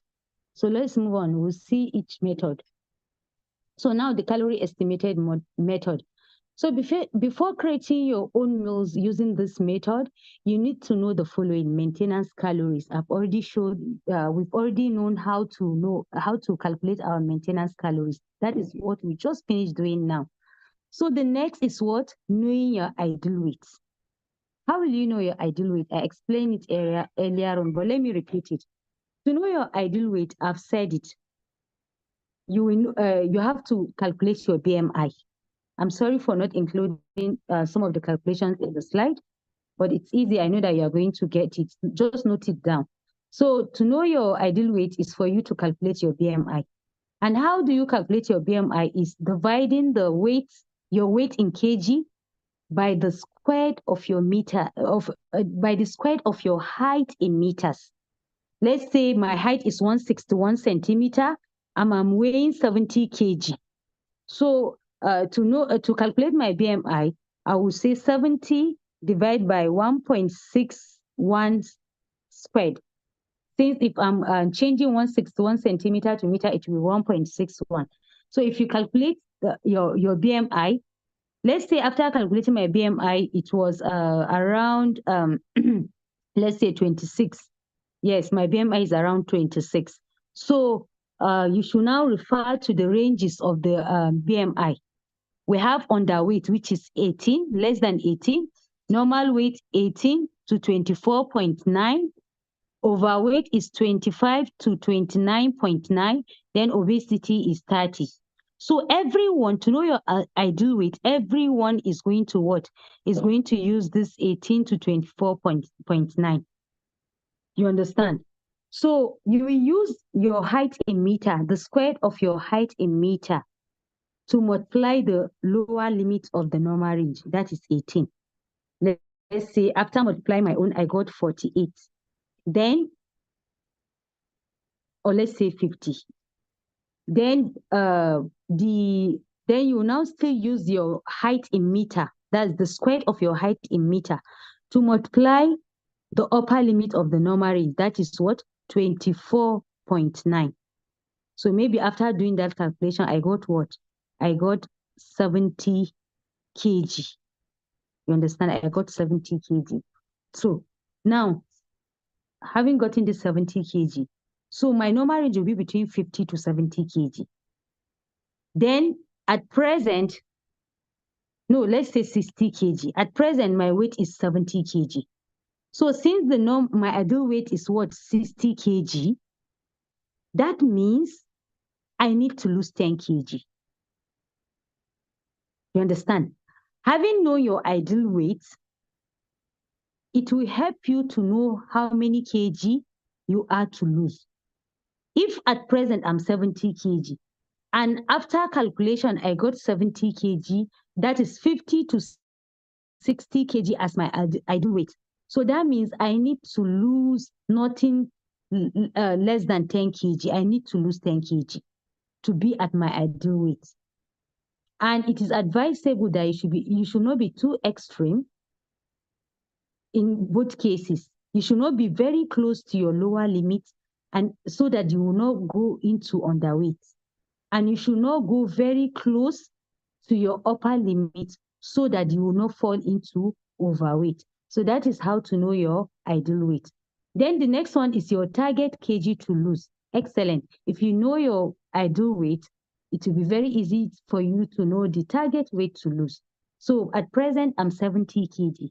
And after calculating using my height and the normal range of the BMI, my upper limit is 60 kg. My lower limit is 50 kg. So I know the kg to lose is what? 10 kg. So let's move on. Hafiz, let's move on. So now, to lose 1 kg weekly, you subtract 1,000 calories from your maintenance calories. And to lose 0.5 kg weekly, you subtract 500 from your what? Maintenance calories. I've said it earlier on, and I'm very sure it's clear. So it is important, but you should know everything is what you take. You take it slowly, gradually. You understand? You cannot just come. You are starting with a client, and your aim is for that client to be reducing 1,000 calories daily.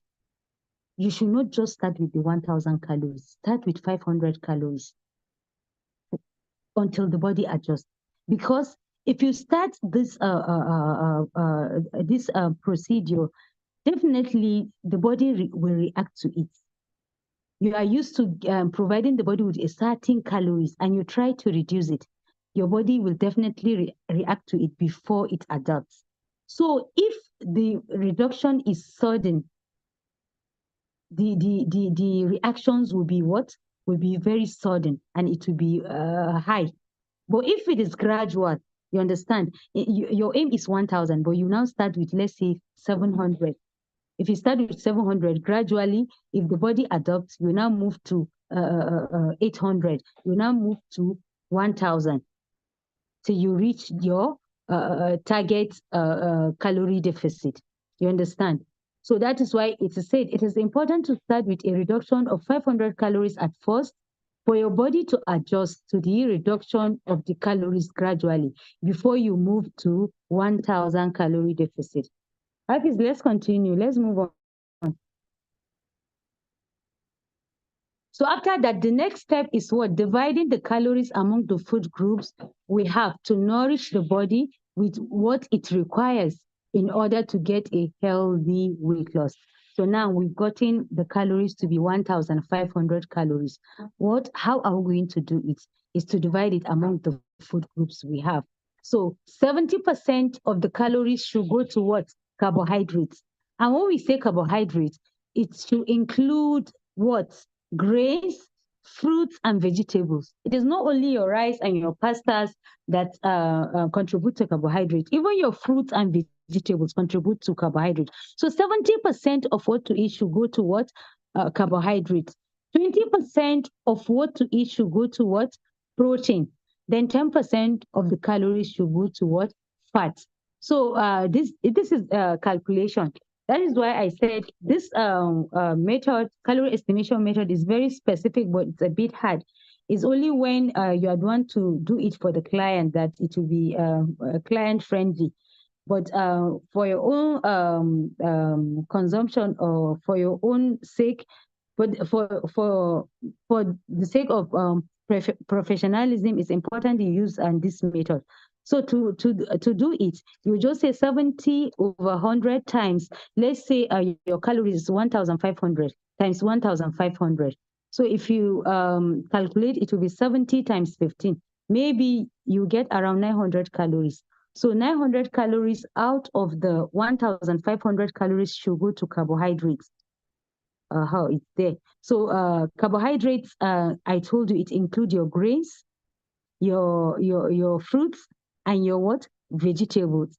Then for proteins, is 20% of 1,300. This is an example. So it's 260. Then for fat, 10% of 1,300 is 130. So now, after knowing this, is what? Sharing your calories among your meals. So how will you do it? It depends on your preference or the preference of your client. Some people will tell you, I eat 3 meals per day. So you divide this into 3 different meals. Then someone will tell you, no, I just take 2 meals per day. So you divide it into 2 meals. You understand?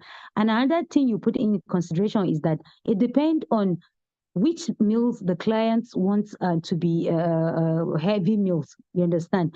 Some will prefer to eat a heavy lunch than heavy breakfast, while some will prefer to eat heavy breakfast than heavy lunch. And whatever your preference is in terms of dinner, your dinner should be light. Yes, your dinner should be light because it contributes to weight loss. So you divide it. Maybe you decide that, okay, carbohydrate is 910. Okay, I want heavy breakfast. Then 400 of my carbohydrate, I will take 400 at breakfast. Then the remaining 510, I'll divide it between my lunch and my dinner. Then my protein too, I'll say, okay, I'm going to take 130 calories protein at my breakfast. Then the remaining 130, I'll divide it into 2 for my lunch and dinner. The same goes to fat, you understand? So now I know the question you'll be asking is, okay, how will I know this particular carbohydrate, this quantity is so calories? This quantity of protein is so calories. The quantity of fat is so calories. There is an online app, Lose It. When you download it, go to your Play Store and download it. It has the list of calories of different food we normally eat. You understand? It's figures are more accepted than the one online. But if you Google it, you see a lot of you see calories of different food you eat. Any food you think of, when you Google it, you are going to see it. But the only thing is that sometimes some of the sites there are little variations. Though the variations, the difference may not be more than 3 calories, 2 calories. So sometimes it's even negligible. And another thing is you can build your own, will I say, dictionary of calories, or the Bible of calories, or dictionary of calories. You understand? You can start with yourself just for experiment. Whatever you eat, just get your jotter. Whatever you eat, for example, today I'm going to take white rice and Nigerian stew with one beef or a cut of fish.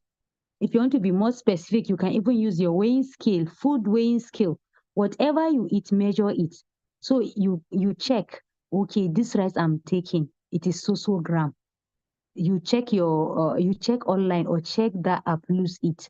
What is the calories of grams of rice? You write it down. You understand?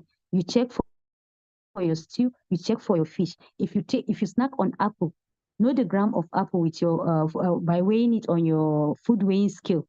Write it down. I know you'll be thinking, Kai, this method is tedious. You're not going to do it for life. If you really want to know it or learn it, you can take 1 month to practice.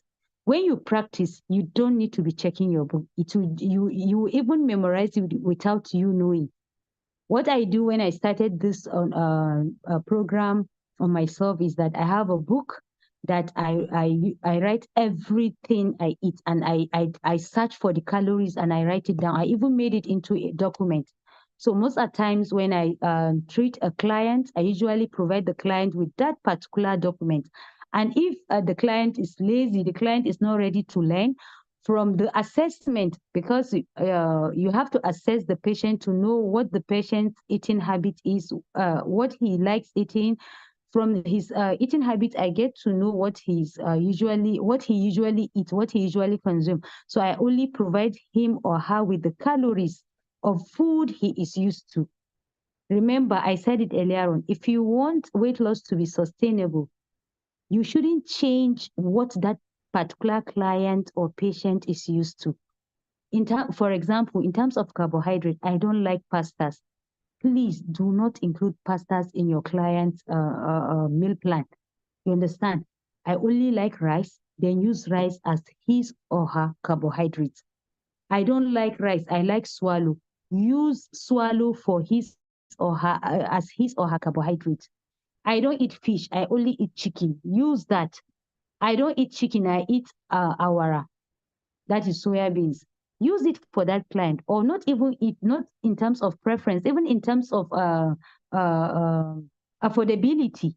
I can't afford chicken, but I can afford our soya beans. Use that for that client. No, I can't afford meat or fish, but I can afford one egg. Since one egg is 200 naira, use it as his or her protein. You understand? So this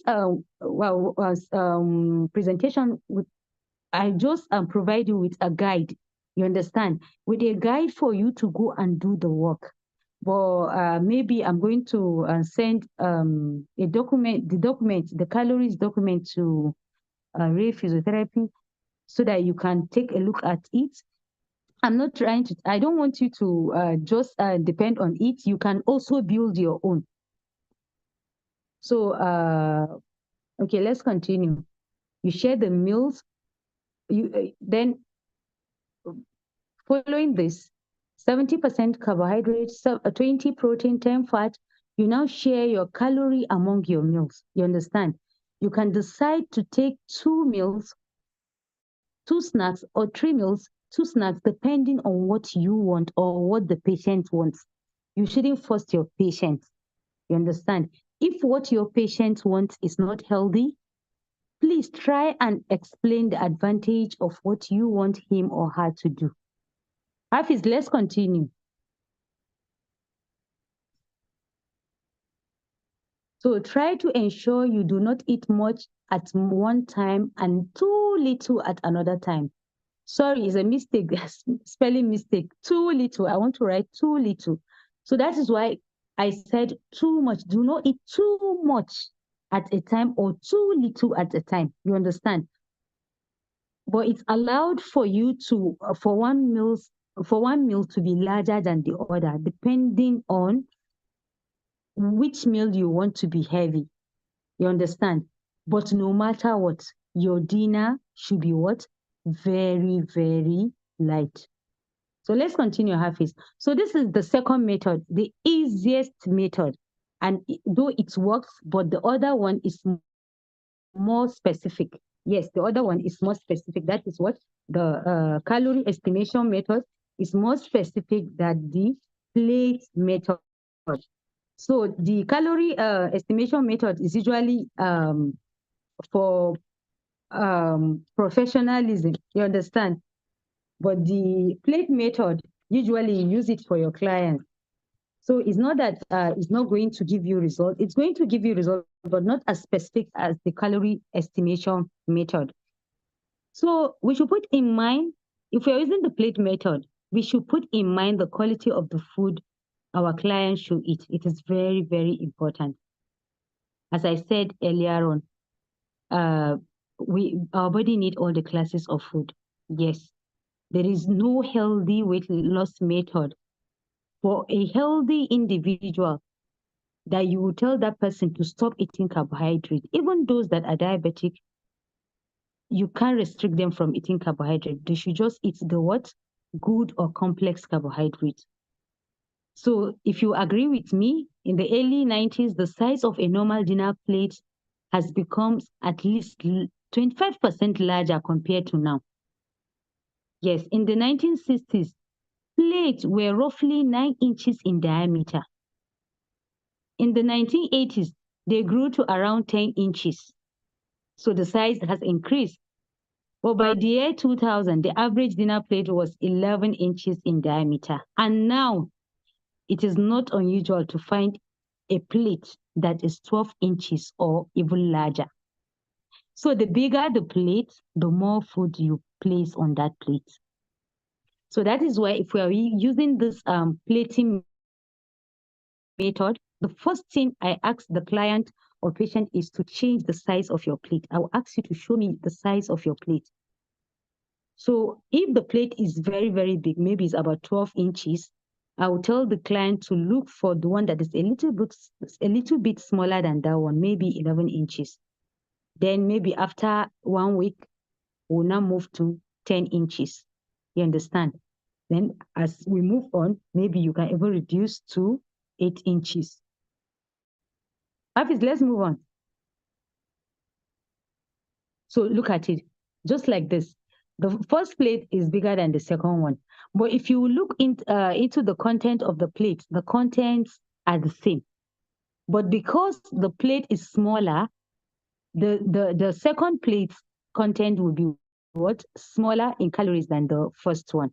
So what you do, the first thing, if you're using the plate method, is to tell your patient to change the size of his or her plate. You understand? And you make sure that every class of food is represented on the plate. Let's move on.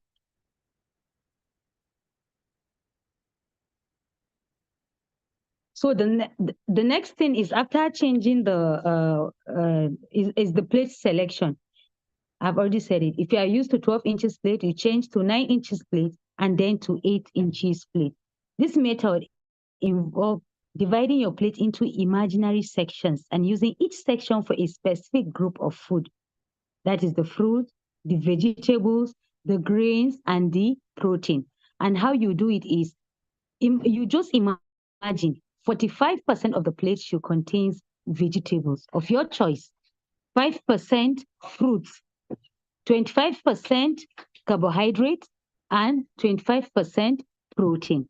So this is basically the plating method. Let's move on. Hafiz, let's move on. Here is a picture to show you how it should be done. You understand? Let's move on, Hafiz. So this is the end of this part. So as we conclude, you should know that weight loss is a complex process influenced by physiological, psychological, and nutritional factors. So understanding the science behind weight loss is crucial for developing effective strategies and maintaining a healthy weight. Thank you very much. So this is the first part. I don't know if we are to rest before cognitive behavioral therapy. Sit fast. Listen. Thank you very much for the presentation. So contribution, question, and I don't know whether we'll rest before we take the other part. No, the other part is not much. I think we just continue.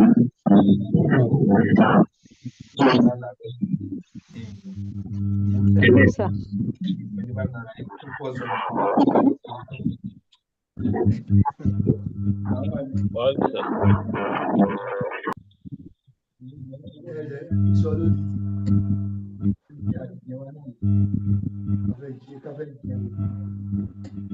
Okay, do we proceed or we are going to rest? Let's rest. Let us rest a little bit. Okay, how many minutes? Let me stand up. Maybe like 15 minutes. 10 to Okay, 15 so we minutes. are, No, okay, 30. we are 30 coming minutes back. is fine. Okay, when are we coming back? Maybe we should come back by maybe 12:45. Okay. Okay, that's fine. Okay.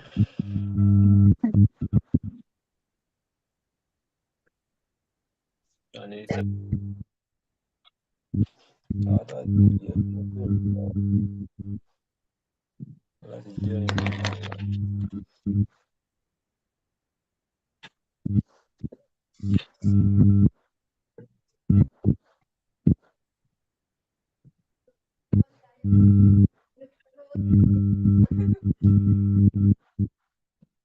Thank you for this wonderful presentation.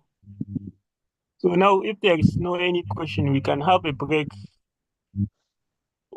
at 1 hour. 1 hour. Okay. That would be good 1 hour, so that by that time we must have finished praying. Hold on. we are concluding by 1:30, right? Okay. Okay, we are coming back 1:30. Okay. Okay. So we are returning back 1:30. Yeah. Okay. Or it's small. Can we add? Or should we add 15 minutes on that 1 hour?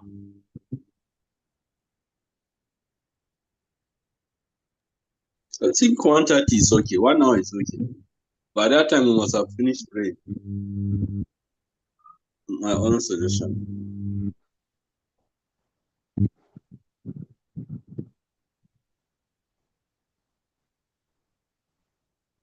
Okay. Thank you, ma. Thank you, everyone. See you by 1:30. By what? When are we returning? 1:30. 1:30. Okay, thank you.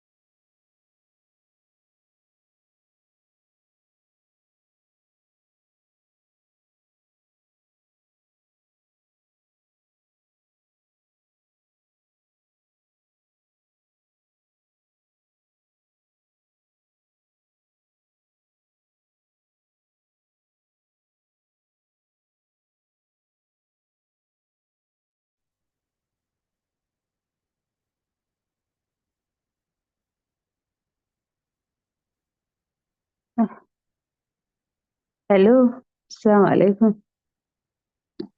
Walaikum salam wa rahmatullah. Alaikum salam. Welcome back. Afwan, my network wallahi the care. Okay, so it's okay. So, okay, can we start now? Yes. Okay, sir. Maybe you can start, please. Okay, sir, we should start now. Hello, can we start? Yes, well, let me talk to Hafiz so that he can Okay. start sharing. Yes, Okay. start.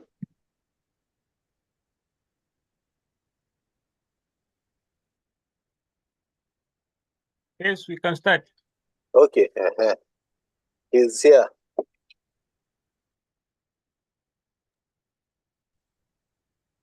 Sorry for coming late. My network was bad. Hafiz. Hafiz, Yes, ma. Yes, ma. can you show that my picture before and after? Yes, ma. Okay, please show the picture, then we Okay. continue. Okay.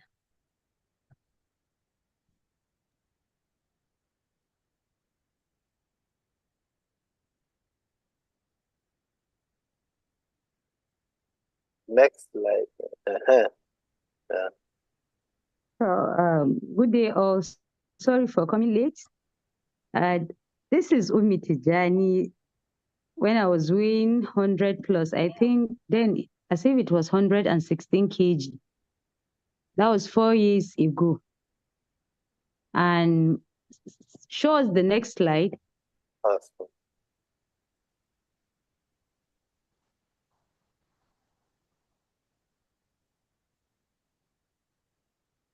Recording in progress. Next slide, Hafiz.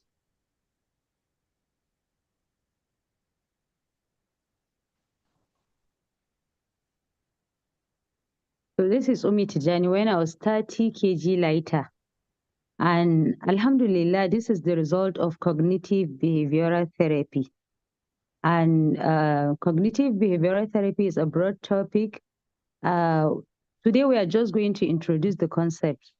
So I don't know if Allah wills and time permits, I want us to have a workshop on this cognitive behavioral therapy where we will discuss it and do all the practical applications. So, but for today, we are just going to introduce the concept. So, Hafiz, let's go to the cognitive behavioral therapy slides. Okay. We've already discussed or we've talked about signs of weight loss. I'm sure by now everyone can explain what weight loss is scientifically. And by now we are more informed about what calories are, how to determine our own maintenance calories or clients' own, how to determine the calories someone needs to lose weight, maintain weight, or even add weight. So now we are going to start, or we're going to talk about cognitive behavioral therapy for obesity. Hafiz, let's go. So as I said earlier on, I've been obese right from childhood, and all the time, if someone should talk to me, why won't you lose your weight? I will tell the person, no, it's hereditary. There is nothing I can do about my weight. So not until few years ago, when this perception of weight or being obese or overweight changed after knowing what cognitive behavioral therapy is. So the causes of obesity are not fully known, but it appears to derive from complex interactions of genetics and environmental factors and some learned habits. You know, we human beings are creatures of habits. Yes, we are creatures of habits. Whatever we do repeatedly over time, it becomes part of us. We even do it unknowingly or unconsciously. And cognitive behavioral therapy have been used for other, will I say, behavioral problems like anxiety, depression, and so on. So since obesity is also a behavioral problem, because most of the things that lead us to be adding weight and not losing it are habits that we learned over time. So that is why cognitive behavioral therapy is very effective in the management of obesity or overweight. So we all know obesity is a chronic condition like diabetes, and its management requires the adoption of a persistent lifestyle change and the development of a long-term weight control mindset. Yes, Hafiz, carry on. So currently, the available treatment for obesity, the traditional method, it really allows people with obesity to reach and maintain a condition of normal weight. Even if they reach the target weight, it's very difficult for them to maintain the weight they've lost. Fortunately, even a moderate weight loss of 5 to 10% maintained over time reduces most of the physical complications associated with obesity and often produce significant psychosocial benefits. So most obesity treatment can produce this short-term effect. Yes, short-term weight loss. And it has been researched and it has been found out that in a large subgroup of patients, they tend to lose the weight but fail to maintain the weight loss. So CBT has been designed to help achieve and maintain a healthy weight. So now, what is this CBT, cognitive behavioral therapy for obesity? Next slide. Cognitive behavioral therapy, CBT-OB, in weight loss is a type of psychotherapy that focuses on identifying and changing negative thought patterns and behaviors that contribute to overeating, poor food choices, and weight gain. We've said earlier on, and you've agreed with me that it's not only about reducing the calories or being active. It's about changing the unhealthy behaviors or habits that make someone to adopt unhealthy eating habits and sedentary lifestyle. So that behavioral change, it's what cognitive behavioral therapy address. And that is why when you use CBT-OB to manage obesity or overweight, you tend to get a lasting result. So the treatment includes several stages and procedures designed to help you develop specific skills and a mindset that will enable you to control your weight in the long term. So the aim basically is to prevent weight regain. Yes, that is the aim of CBT-OB. And that is the difference between our traditional method of weight loss and cognitive behavioral therapy for obesity. Usually the technique is usually in 3 phases. The first phase, the next slide, the first phase is the initial phase. And usually it lasts for about 1 to 2 weeks. And in this phase, it is the phase of assessment. Yes, when you have a client that you want that client to lose weight, you have to assess the patient. What are some of the things you assess? His weight, height, you calculate his BMI, his target weight, his maintenance calories. Then you now try and assess his what?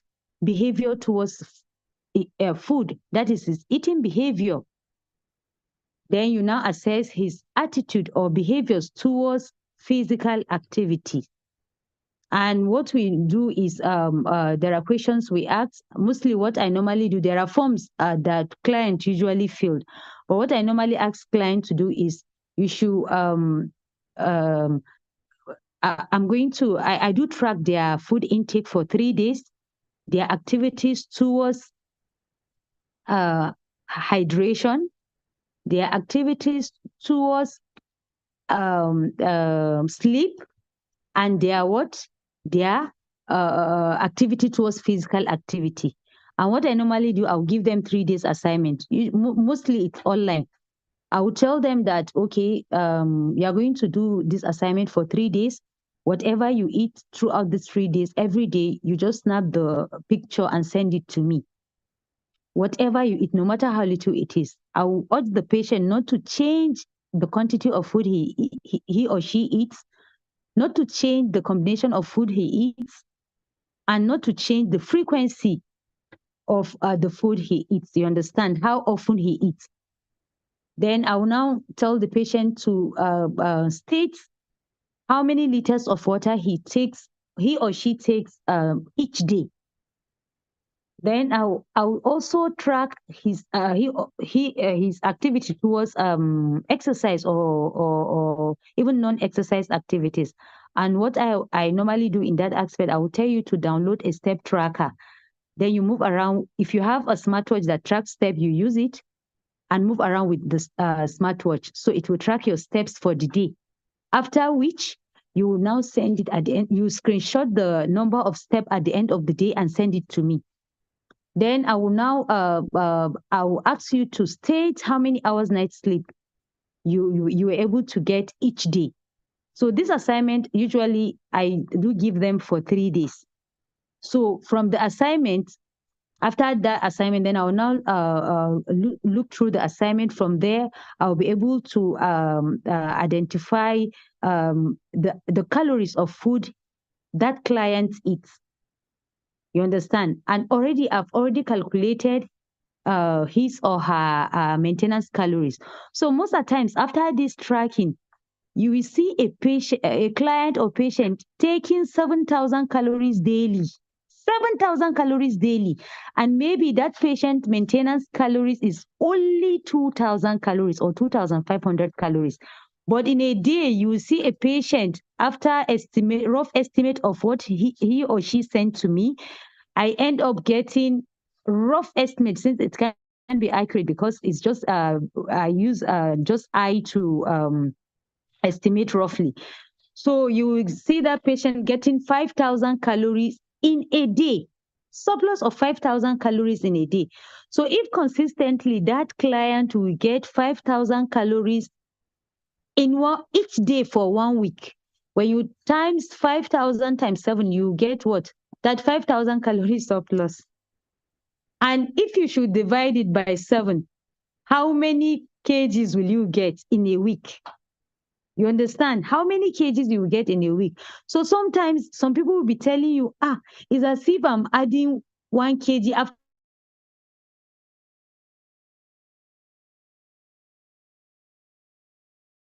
every 3 to 4 days.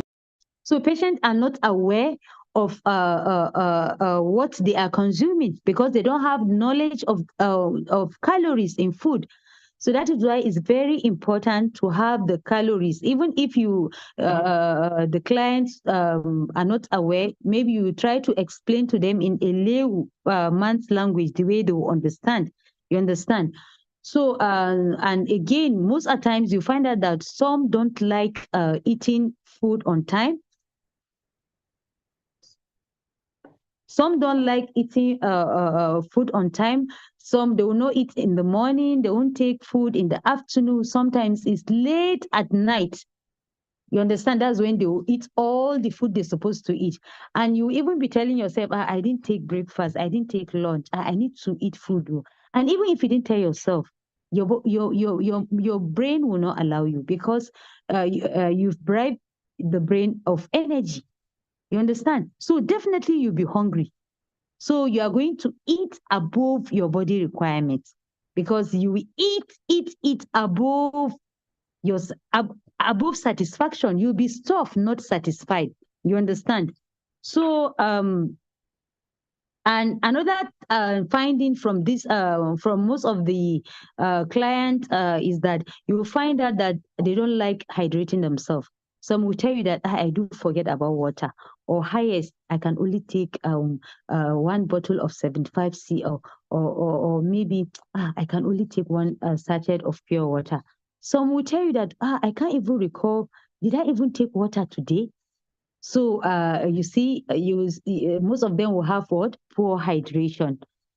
And if you assess their steps, if you assess their step, you find out that highest, some will tell you, if you just ask them, are you active? Yes, oh, I'm very active. But when you use a step tracker, the highest they will get maybe is 2,000 steps. And from researches, for you to be able to lose and maintain weight, in addition to other exercises, you should try and maintain 10,000 steps daily, though it's not at once. So after all this, after the tracking, after the assessment, from the assessment, you've already gotten the most important information you want from the client. So the next thing is what? Goal setting and education, still under phase 1. Goal setting, I've explained earlier on, you have to set what? SMART goals. So you people will be specific. You discuss it with the client. Okay, now from all our calculations, to get an ideal weight, you have to lose 15 kg. But it's not going to be possible at once. So what we are going to do is we are going to do it in a healthy way, because we have healthy weight loss and unhealthy weight loss. You explain to the client, healthy weight loss is the weight loss. You are going to lose the weight, but in turn you are going to be sick, or you will have some health issues like the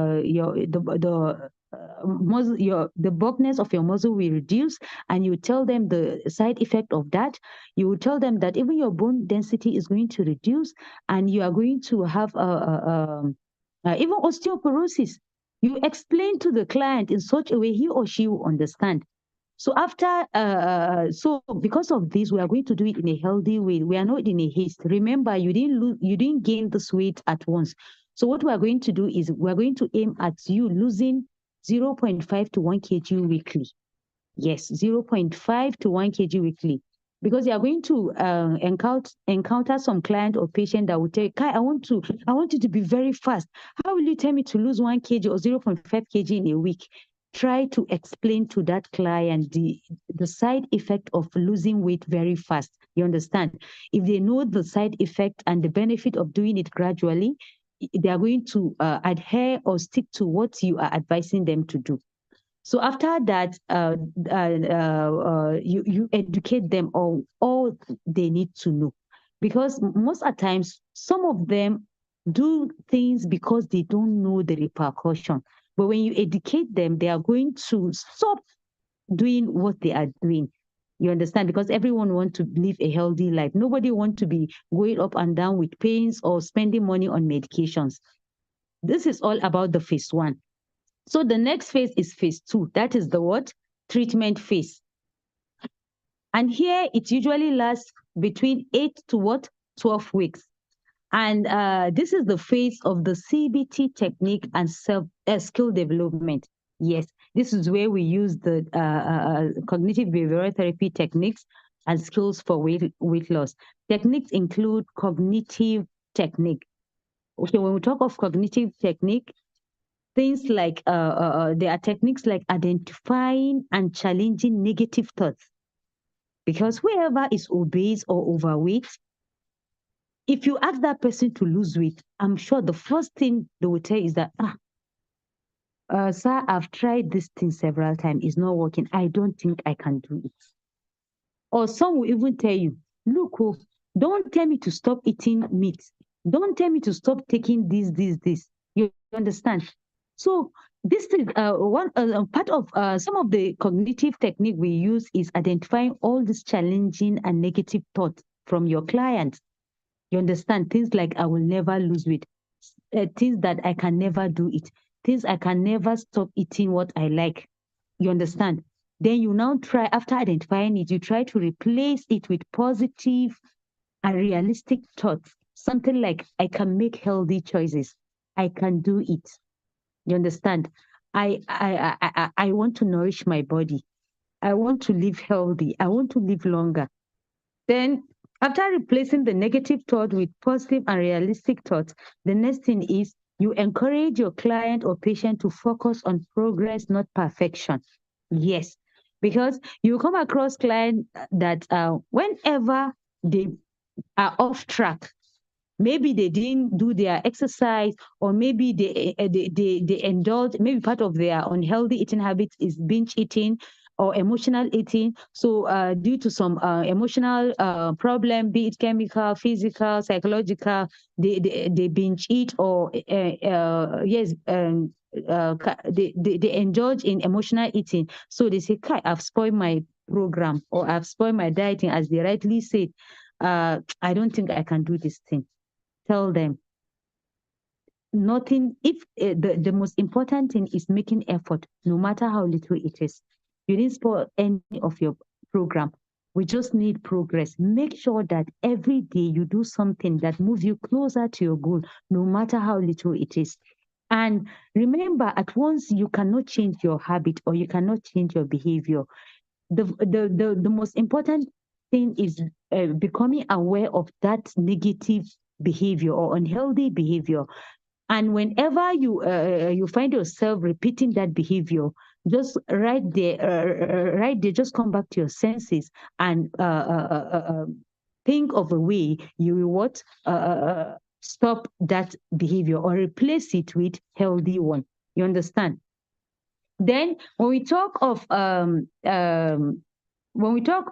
this is an example of cognitive technique.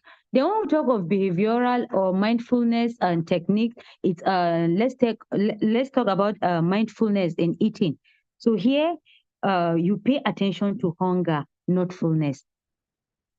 Yes, when you want to eat, pay attention to real hunger. That is physical hunger, not psychological hunger. You know, we have psychological hunger, we have physical hunger. Usually, psychological hunger, the simplest way to differentiate psychological hunger from physical hunger is psychological hunger is of sudden onset. And usually, you are craving something specific. You are craving maybe meat pie or ice cream or pizza or burger, something specific. And if you look at that particular thing you have cravings for, it's unhealthy food, very high calorie, empty food. You understand? So when you feel that, you know that, yes, this is not real hunger. It's not a physical hunger. It is psychological hunger. And usually after you've eaten in response to psychological hunger, there is usually the feeling of regret. You understand? Why physical or real hunger is of what gradual onset. So you try and educate your client about the difference between real hunger and what psychological hunger. You tell the client what to do in terms of psychological hunger. The client should try as much as he or she can to distract herself or himself by doing something. Maybe when you feel that and you know that, yes, you are not hungry, it's not real hunger, you can start up and do something. Maybe you can even call a friend, or maybe you can take a walk, or you can even take water so that you distract your attention from that. Another example of mindful technique is what? Eating with your five senses. You teach your client how he or she will eat with their five senses. That's, you eat with your eyes, your will I say your hearing, sense of hearing, your taste buds, and your hand, or your hand. You understand? And how you eat with your five senses is that, make sure you are not watching film, or will I say going through your phones while eating. And you should pay attention to the plates in front of you. You understand? Look at the food with your eyes and appreciate the color, the way the food is combined, the different classes of food on your plate. Then when you take a spoon to your mouth, make sure you chew it thoroughly. You understand? Appreciating the taste and the texture of the food before what? Swallowing the food. And when you put the food in your mouth, drop down the spoon on your plate. Finish chewing the food thoroughly before swallowing it. Then you now take another spoon to your mouth. All this will make you to eat mindfully. And that will make you to even feel the sensation of what? Satisfaction. Because when you don't eat with your senses, I'm telling you, you finish a whole plate of food without even knowing where the food moved to. Sometimes my kids will be telling me, Uma, wallahi, as if my tummy is full, but my mouth is not satisfied. It's because you are not eating mindfully. So you use this technique to teach your client how to eat mindfully. Another cognitive technique we employ is eating. That's emotional regulation. Some people use food to satisfy their emotion when they're emotionally disturbed, whether physically, chemically. You understand? Emotionally, they tend to eat in order to have comfort, in order to satisfy that emotion.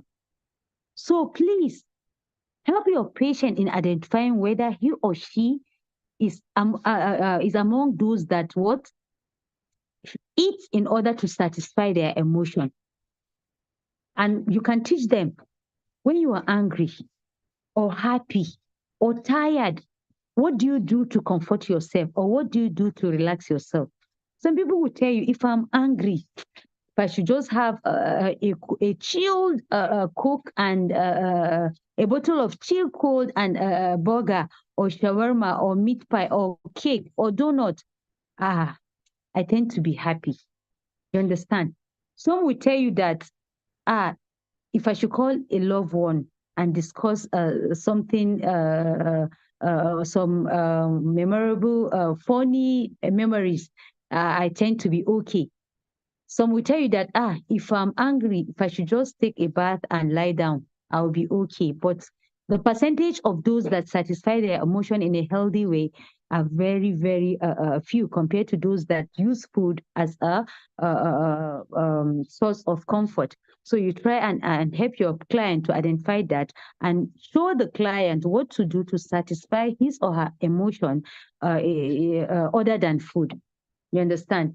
So this is where the bulk of the work is carried out during cognitive behavioral therapy, during the phase 2, which is the main phase of treatment. And that's why it lasts more than the first phase, since the first phase is just assessment. Then the third phase is phase 3. And here is the what? Maintenance phase. Here, you consider that's you try as much as you can to help the client in recalling all the benefits. You understand? Because before, when you reach this phase 3, you would have been seeing the result of this program. I'm very sure by then the client will come and be telling you that, Kai, I sleep better now, I'm more active now, I can fit to my clothes, old clothes that I cannot wear before, I can wear it now. I'm happy, I don't feel sad like before. So they will tell you a lot of benefit, and I'm sure by then, if you are able to achieve 1 kg per week, your client must have lost about 10 to 12 kg. You understand?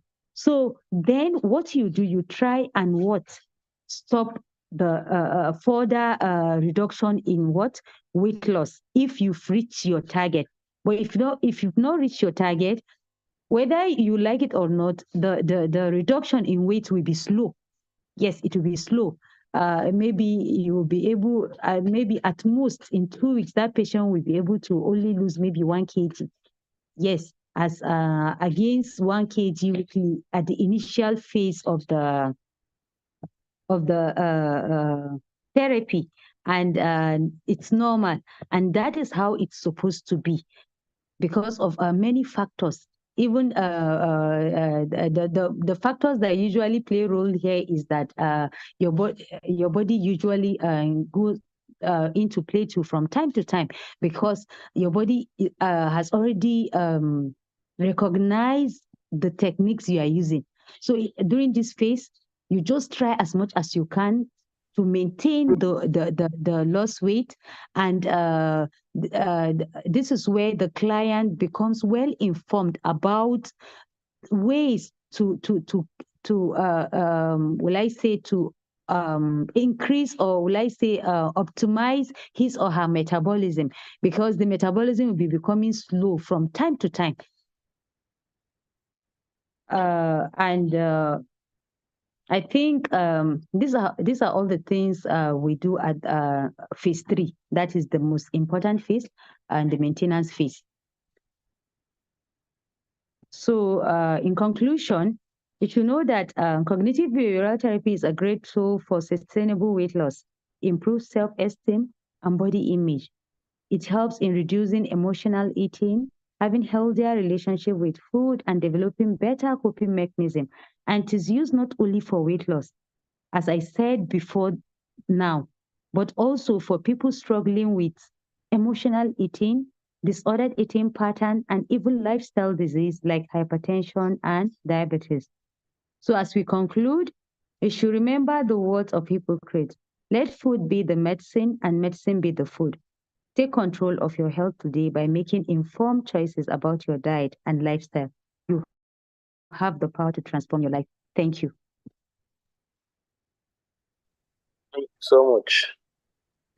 Thank you, Ma. Thank you very much. You're Ma. welcome. You're welcome. Thank you So very if much. you have, I really appreciate it. Yeah, you're so Thank you we welcome. very have much. enough time now to have a practical example. So we still have much time. People can still please make it interactive now. You can Yes, you can ask a ask question. questions, Yes, more contribute. practical. Yes. Afwan.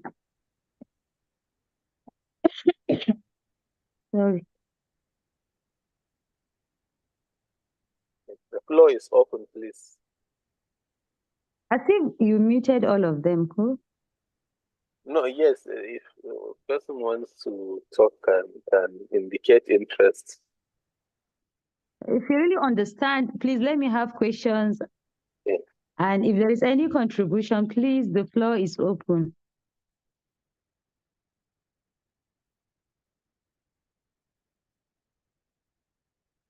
So that means it's not clear.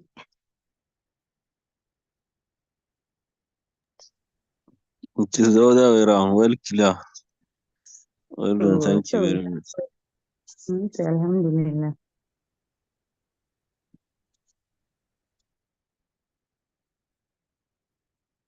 I want questions and contributions, please.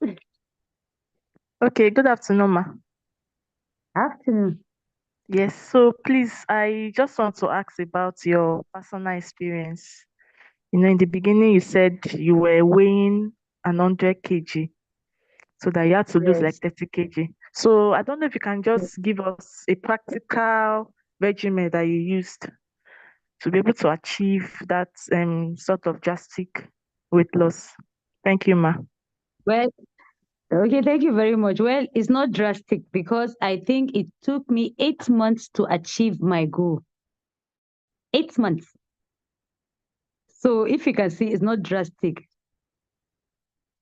So what it was I didn't do it myself. Well, it was not like I was the one that did it alone.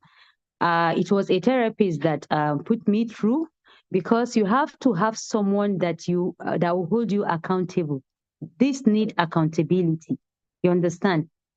So we followed the cognitive behavioral therapy technique. The first phase, that is a phase of assessment. She gave me assignment, and everything was online because she was then she was staying at UAE, and me, I'm staying in Kano, Nigeria. So it was online, but I have to report daily, no, weekly. She gave me a form where I would I recorded all foods I eat, everything I eat, and the quantity, the reactions before I eat the food, and the reactions after I eat the food. You understand? Then my steps, my daily steps, where I calculate, there is a formula we use in calculating the calories with regard to the steps I was able to achieve daily.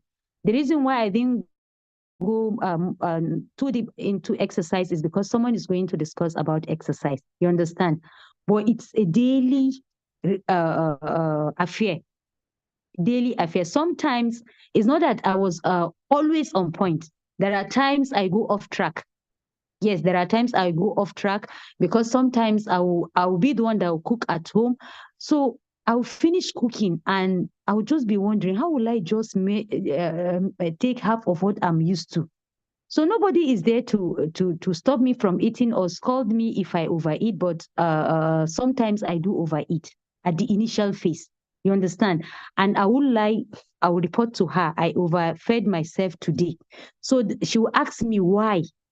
So that's then I will now sit down and think about it. Yes, I was the one that cooked, and maybe after I finished cooking, I was very hungry because I didn't eat my breakfast on time, or I didn't even take my breakfast, so I was very hungry. So that was why I overfed myself. No, another reason may be that I was the one that shared the food. So what part of the strategies I use is that I will tell my children if the food is about to be cooked, I would tell my children to share the food and bring my own to the room. And another thing is that one of the habits, the unhealthy habits I have is that I snack a lot. I eat a lot of granules. I eat a lot of meat pie. There is one meat pie I do take daily at night. One of the meat pie is about 600 calories, and I usually take two at night, and it's not part of my meal. Usually, it's just like as a snack. So when she educates me on the when I was informed about the calories of what I'm eating, my maintenance calories, the calories I need to lose weight, it was I became intentional. If I really want to take that meat pie, I will take one and I will take it as a meal. You understand?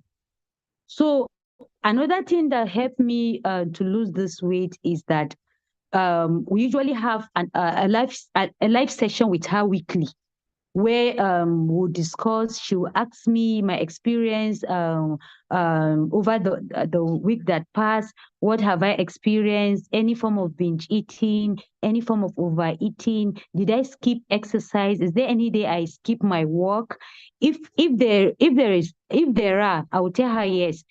Then she will tell me why do you miss your work? You understand? She will make me to think, okay, I didn't do it on time.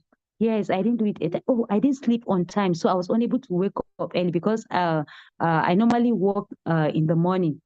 Though it's not compulsory that you work in the morning. The best time is the time that suits you, whether early in the morning or late at night. You understand? So then from then I'll say, okay, so if I didn't sleep early, I will not be able to wake up early, or I'll wake up very tired. If I wake up very tired, I will find it difficult to go for my walk or do my exercise. You understand? And another thing I learned over time was that I have to prep my meals. You understand? I have to prep my meals because sometimes I'll come back from work very hungry, maybe because I didn't get anything to eat at work. So I'll come back home very hungry. If I didn't have anything at hand, anything I lay my hands on, I'm going to eat it. You understand? So I prep my meals. Maybe I will have a stew at home that I make, healthy stew that has a little oil, not too much oil. That I already know the calories because I will be the one that will make it. So I will measure everything, and so I know the quantity to eat. And I will have my veggies at home, whether cucumbers, whether tomatoes and a lot of onions sometimes.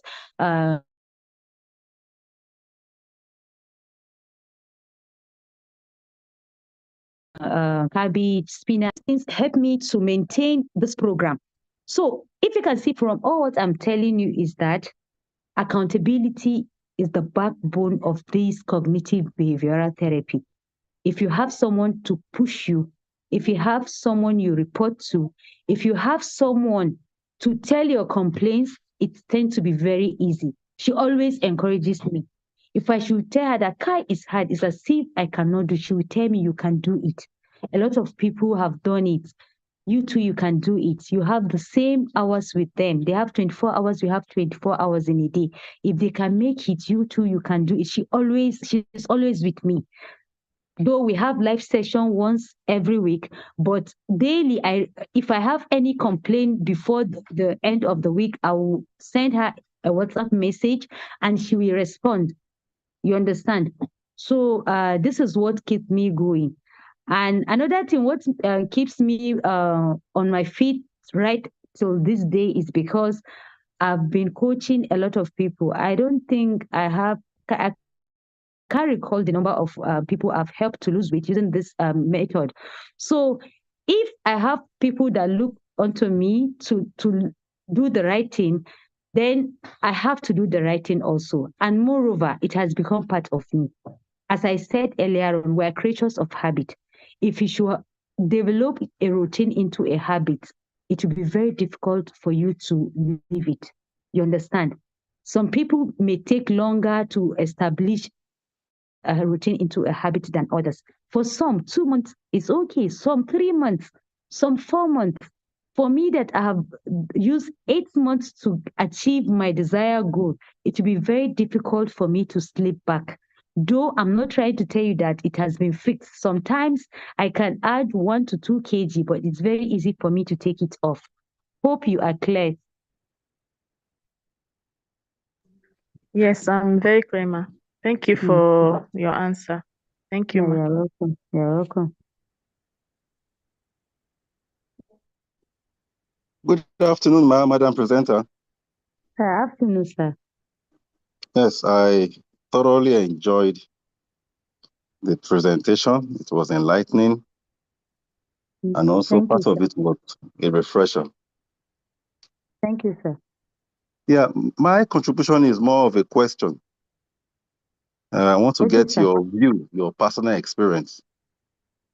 Okay, sir. Especially in managing. I don't know whether you've had opportunities to manage geriatric patients with weight Yes, loss sir. program.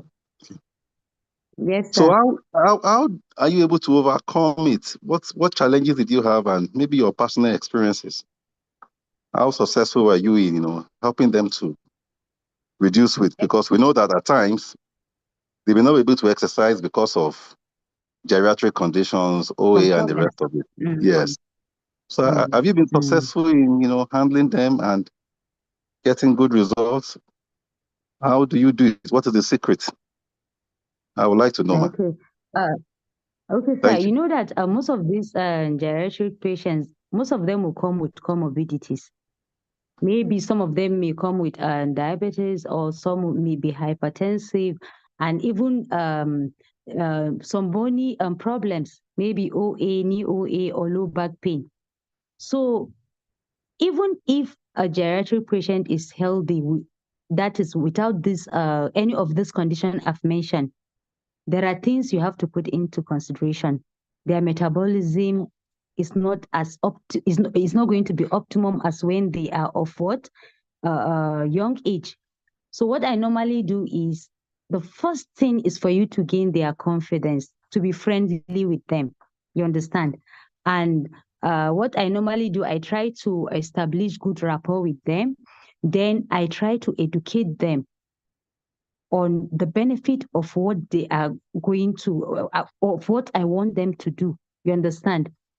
If I should educate them on the benefit of what I want them to do, I will be patient with them, because I know that I'm not going to get 100% results just like those younger than them.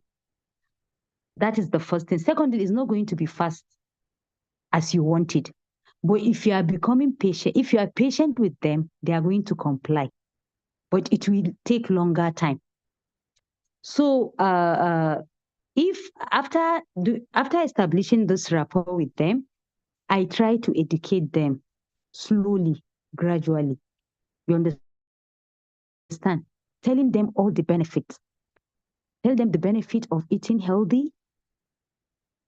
I will tell them, since I'm going to assess, I'm going to give them those assessment assignment, and most of them will tell you that maybe I'm not even, I can't be sending snapping pictures and the rest. I'll tell you, no problem. Okay, do you have anyone staying with you? Most of the times you get a relative that is with them.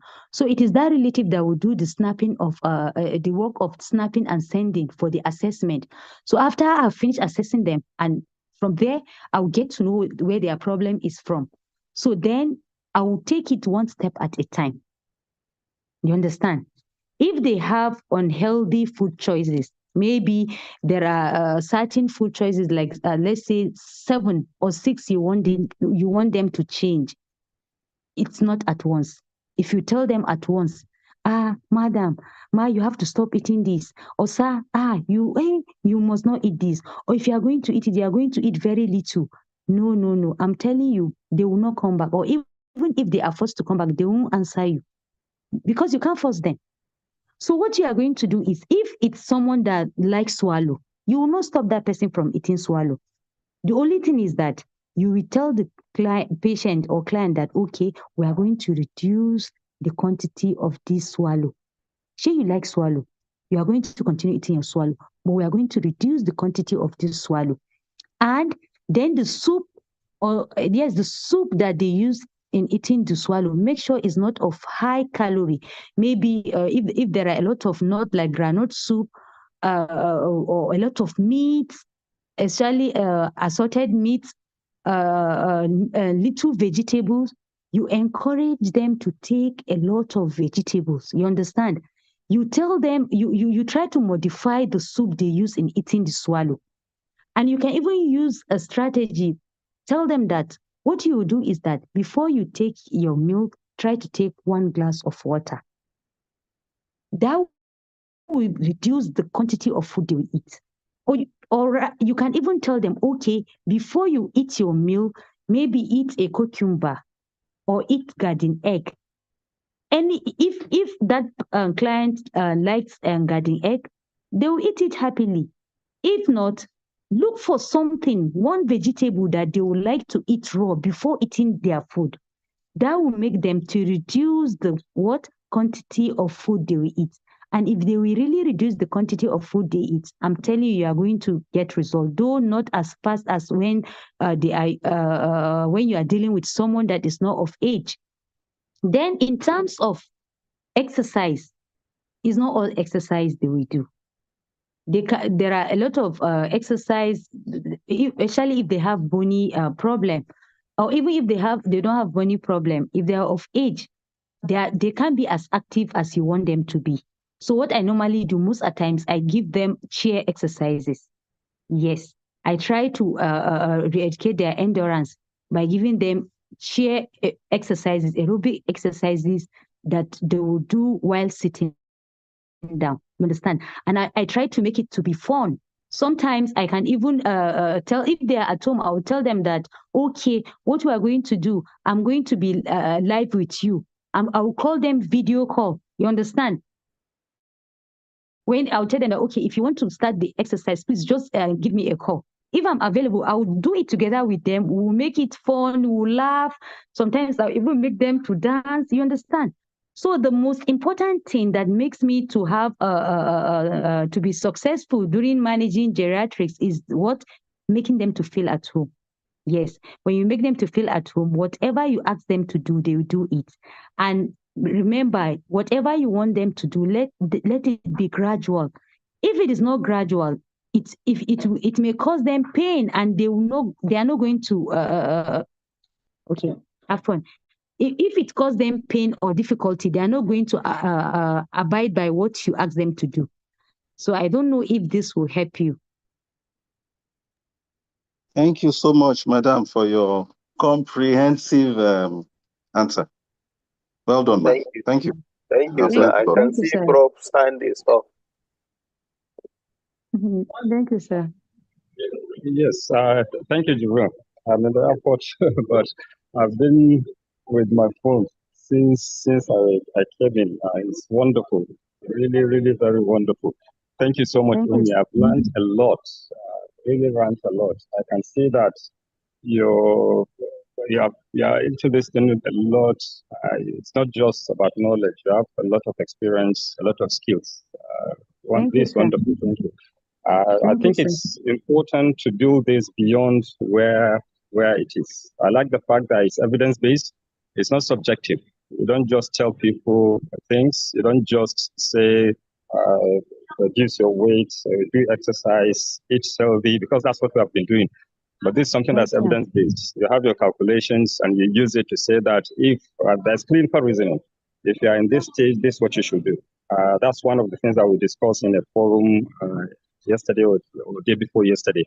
That you need to use your clinical reasoning to assess patients and then to say, if you're at this level, this is what I do to you. If you're at this level, this is what I do to you. This is very important. That's what professionals are all about. So I'm really impressed, and thank you so much for what you have done. Thank you. Thank you. You're welcome, sir. Thank you, sir. I think we've even discussed with her. It's going to be in our next year's calendar. Especially the aspect of the CBT is a very huge aspect and practical base. So it's going to be slotted in one of our next year's calendar, which is going to be really a whole day with practical. Very well in-depth one. Inshallah. I can see Otikpa also. Yes, okay? yes. Okay. Thank you. Thank you very much, Dr. Omi. Thank you very much. Welcome, sir. You're welcome, sir. My question is, there are two questions I would love to ask you. The first one is, who is in the best position to actually keep people accountable with this, weight reduction of a thing? I know, yes, it's good to have the knowledge, but I know that there will still be, at least for some time, there will still be deficiencies in terms of keeping patients accountable. So, like, what's the role of a physiotherapist who is not completely confident with in terms of managing patients who need to lose weight and holding them accountable? One, because it's not everyone who would want to do all that, go all the way to keep messaging patients and stuff like that. And then secondly, the fact that they may not even have the time to do that. I mean, as physios. So like if it's advisable to work hand in hand with another professional, who is that person? Is it like a personal trainer or like a nutritionist or a dietitian? Who is the person that we can actually work hand in hand with? So the next question is, with your experience, what would be the additional content or additional advice you would have, things you would want to chip in for these two categories of people? One, the postpartum woman who give birth and is looking for, they're usually very desperate to what to do, what to drink, what to do, so their tummy will go back to pre-pregnancy status. And there's a lot of pressure on that actually online. People who have gotten results and they come out on Instagram to say, after giving birth, after 2 weeks, my tummy magically did this, and they are selling all manners of things. Some of them are selling their coaching programs, some of them are selling slimming tea, whatever. Now, the other category of people, the perimenopausal and postmenopausal women who have actually started experiencing peri-abdominal weight gain, and they seem to have tried a lot of things, including coaching, weight loss, all the whatever that they've tried, and it's just not working out for them. So what would be that extra advice you have for this set of people? Thank you very much, ma'am. Oh, you're welcome. Thank you for this question. As you rightly said, it's a teamwork. You understand? It's a teamwork. I have an online platform, Ario PhysioFit, and part of those that are in that managing the online platform, we have a nutritionist. And in addition to that, I went after getting result, I went back to school and have a certification on nutrition and dietetics. And also I have a certification on CBT, cognitive behavioral therapy.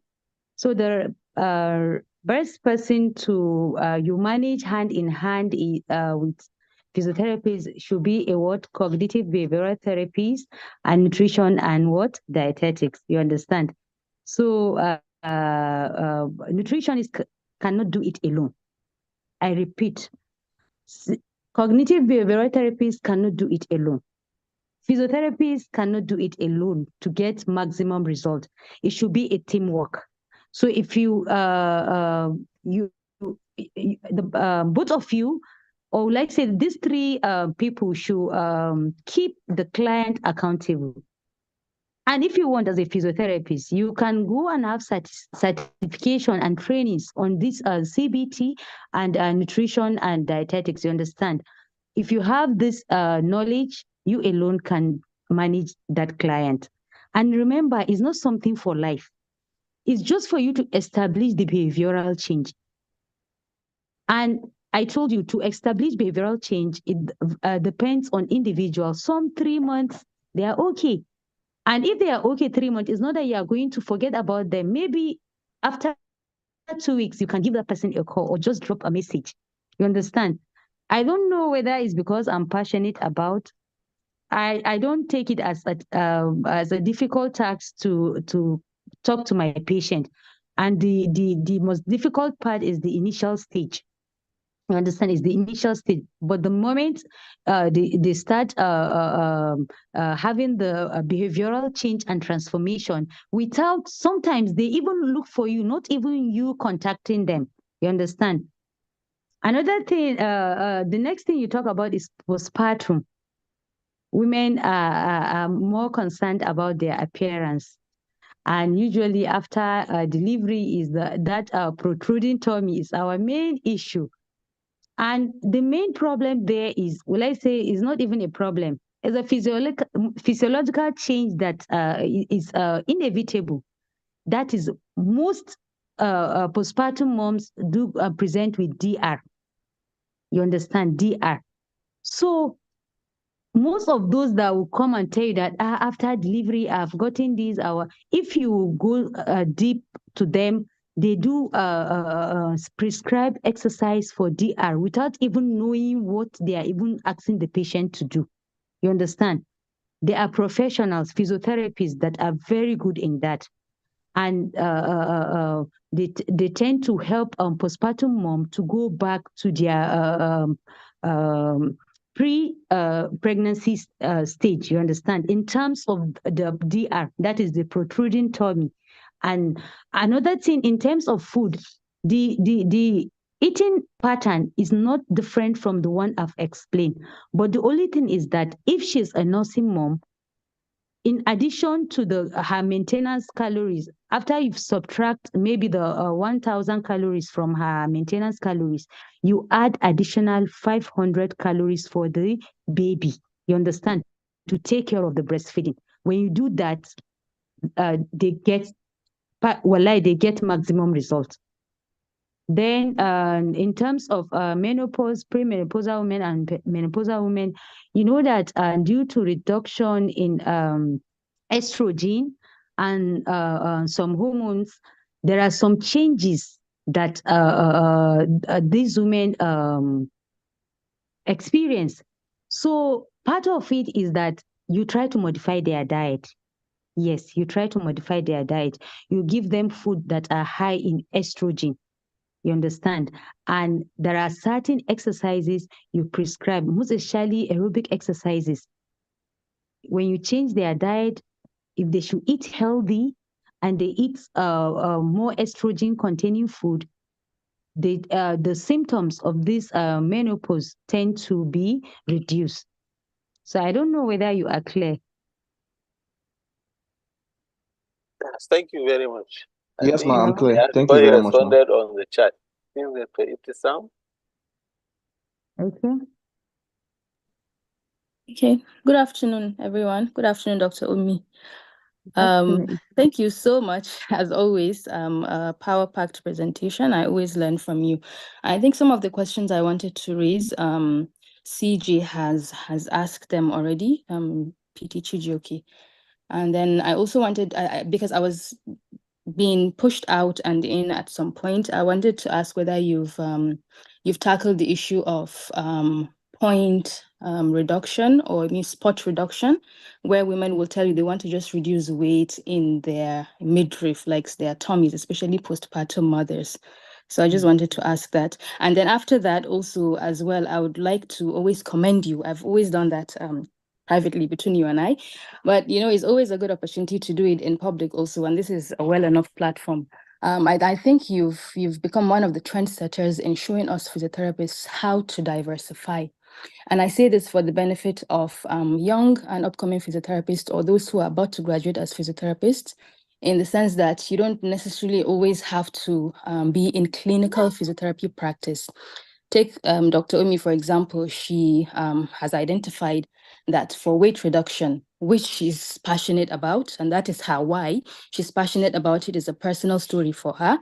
You need the input of a physiotherapist, you need the input of a nutritionist or dietitian, you need the input of a cognitive behavioral therapist. And she has embodied all three, so to speak. She's a licensed physiotherapist, she's a certified nutritionist / dietitian, she's a certified cognitive behavioral therapy therapist, cognitive behavioral therapist. So well done, Umi Tijani, and thank you for always lighting the way and always giving value.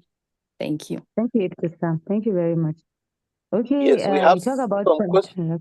Okay, sorry. We have some questions in the chat, but respond first to our question. Okay, she talk about point reduction.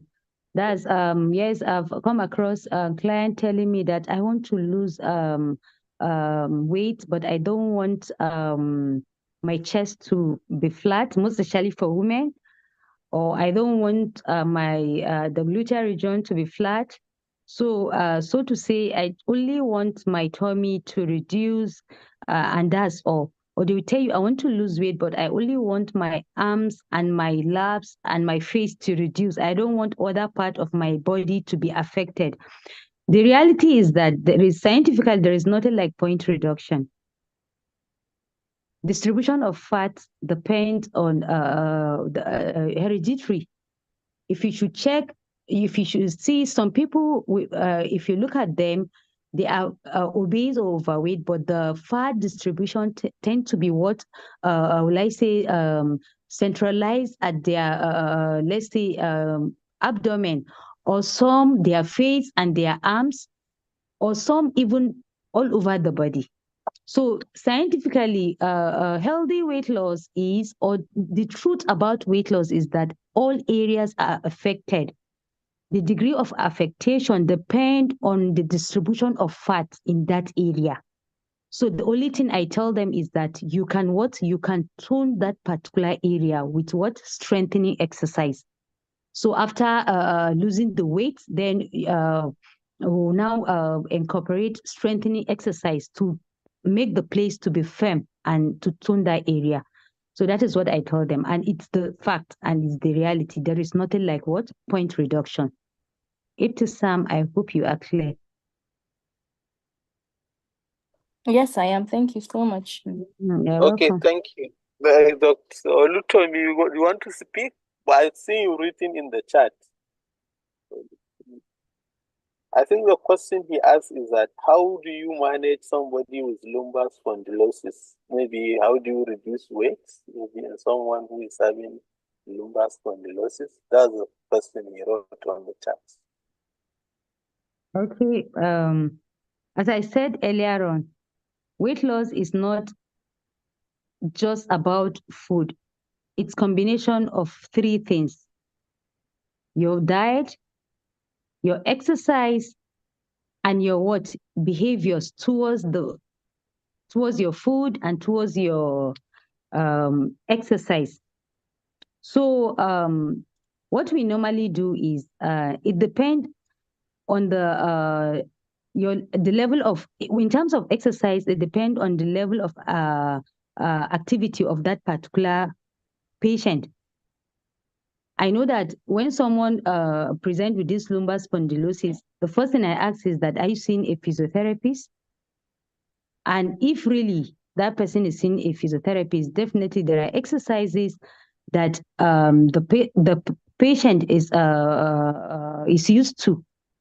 So, but we need additional activity to help reduce the weight. So we start gradually, as I always mention. Yes, knowing the activity level, the steps that client is able to achieve daily. Then you encourage the client to be increasing it gradually.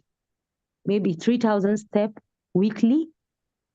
If you, maybe the patient can only walk maybe can only reach 2,000 steps without difficulty. So I will make sure that client gets the 2,000 steps consistently, maybe for 6 days in a week. If he can do it without increased pain or without any difficulty, so what I will do is I will now ask the patient to increase 300 steps or 500 steps to be able to cover 2,500 steps. And the good thing is that for you to cover 10,000 steps, it takes you 10 minutes of walk. Yes, normal walk, not brisk walk, normal walk. So I will tell the clients, okay, maybe how do you get these 2,000 steps? And from my daily housework, or no, I do go for intentional walk for 10 minutes daily. So maybe I say, okay, maybe what you do, you increase that your work to 15 minutes. And I will make sure after 2 days, I will ask the patient, were you able to do that? If the patient answered yes, what was your response to that? Did your pain increase or something like that? If the patient said, I find it difficult to walk or do other activities, the pain increase. So I'll tell the patient, okay, so we are going to reduce it. Yes, we are going to reduce it. Maybe you just add like 2 minutes walk in addition to what you are already used to. If the patient said, no, it was fine, it's just a little pain, and after a while I was okay, then I'll tell the patient to continue with that increase in work for some days. You understand? In addition to the workout, the exercise prescribed by his physiotherapist, then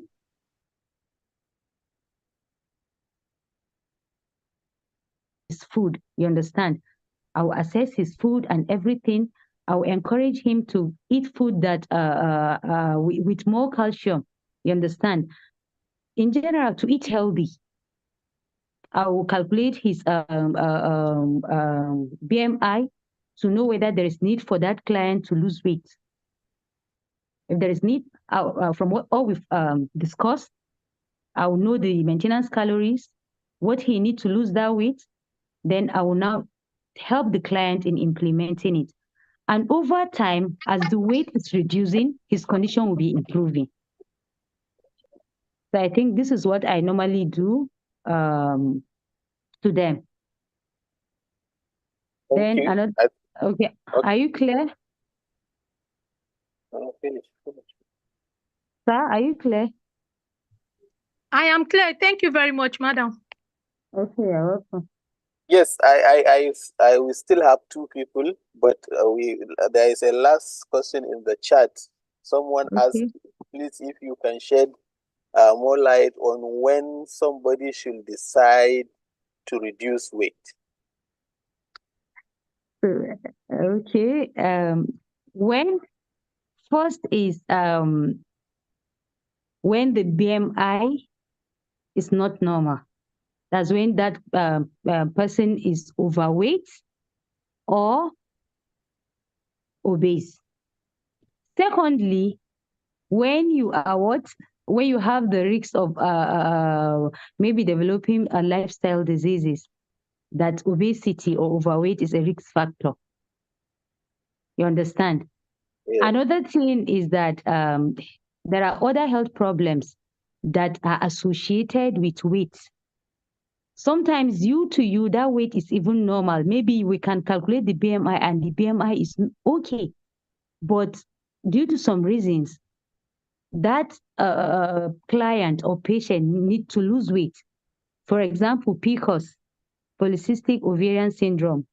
Usually it's a condition, it's a hormonal imbalance condition that usually affects women, and it leads to infertility. So sometimes you even see them after calculating their BMI, the BMI will be within the normal range, but to them it's not healthy. You understand? So in that case, you still have to encourage the client to what? To reduce weight. Thank you. Nabila, you are okay? So the 2 hand I can see Colonel Renosa, I'm sorry if I say the rank wrong, but you can unmute and speak. Okay. Yes, you've correct. I mean, you've pronounced it correctly. You are right. Good afternoon, everybody. And so, me, thank you for this presentation. It was so enlightening and well, very insightful. What I wanted to just say is that I think even the all the aspects you possessed show that this is multidisciplinary in its approach generally. What I want to say is that, like you were talking about all the other contributor. I was talking about, other health professionals that needs to be there, like nutritionists. Like she just mentioned that you are a cognitive behavioral therapist and then you're a physiotherapist. I think all these physical health therapists too, or physical health scientists, these guys that read physical health education. When you were mentioning those ladies that they will tell you, okay, they want so part of their body to shed weight and they don't want other parts, I think those physical health educationists, those guys knew other exercises that they could give you in order to boost so parts of the body and then maintain other parts of the body or lose weight, other parts of the body and all that. Okay. So what I'm trying to encourage here is multidisciplinary approach where you cannot give so exercises in order to avoid this and stimulate this. You can invite those guys to come and apply it, especially now that this our RCF training and all that encourages a lot of multidisciplinary approach to most of our rehabilitation or treatments, and this include, of course, weight reduction. So that's one thing I wanted to contribute. Another thing I want to ask. Thank you very much. Is, you're welcome. And then what I want to ask for you to shed some more light is, most, especially ladies, they will tell you they don't eat in the morning. Some of them are market women, some of them have shops, some of them are working class ladies. Or even those that are at home and all that, they don't generally take breakfast until probably in the afternoon. So, and then those guys, whenever you want to reduce weight with them, it's generally difficult. You started mentioning that, you started explaining things about it, but I just wanted to get more light from you. How do you generally try to manage those ladies? Thank you for your time and all this insightful presentation. Well Thank you, done. sir, for your contribution. Thank you very much. Sir, as I said earlier on, you see, skipping breakfast or not eating for long and is an unhealthy habit because it will make you to eat more than expected anytime you have time or you feel it's right for you to eat, because your mind, your conscience will be telling you, I didn't eat in the morning. So unconsciously, you are going to consume more than it's expected. So what I normally do, education is key. Awareness is key. Most of them don't know the implication of what they are doing. I'm telling you, even health professionals, some of them, when you tell them the implication of what they are doing, it makes them to be intentional about it. And they are going to stop it. Though I repeat, it's not at once. You must not tell them to stop today. It's not possible. Let them do it gradually. It's okay for them to sleep maybe twice or 3 times in a week at the initial phase. But as you keep encouraging them keep reminding them, you reach a point whereby they are going to do what you want them to do. This is the approach I use for most of them. I hope it helps. Thank you. You're welcome. There is Abiso, right? Abiso. Silent. Yeah, okay. Yes, I'm good. Thank you. I'm good. Okay. Thank you, Dr. Omi, for this wonderful presentation. Good afternoon, everyone. You're My question is, welcome. some people are genetically obese. So I don't know if someone can work based on this formula, like maybe 7,000 calories a week, and then you lose 1 kg. So I don't know if it is also applicable for those that are naturally and they are genetically obese. Thank you. I'm one of them. I'm genetically obese. I've been obese right from childhood. You understand? So it's possible and it's applicable. The only situation whereby sometimes you may use this formula, it may it may not work or it may be difficult for you to achieve it, is when someone has an underlying health problem. You understand? Someone with hypo or hyperthyroidism. So sometimes if I use this formula and the patient is doing, I'm very sure that the patient is doing all I ask him or her to do, I refer the patient to endocrinologist. And sometimes after investigations, we find out that they have issue with their thyroid hormones. So the moment they start they start medications, they will just start losing weight. So, but if someone is okay health-wise, you don't have any problem, whether you are genetically obese or not, it's possible and it's feasible. I hope you are clear. Yeah, thank you, ma. You're welcome. Yes, thank you. The chats questions. Today we have somebody said, please, how do you bill private patient for optimal compliance? How did I watch? How do you bill private patient for optimal compliance? I did solar advice.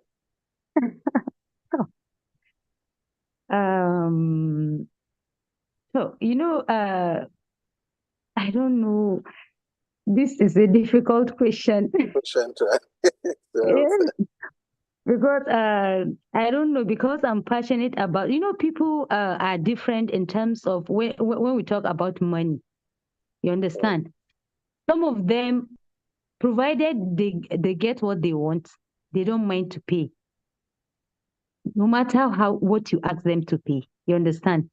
So most at times, it's my own way of doing things because I'm passionate about some patient. I can coach you without collecting a penny from you.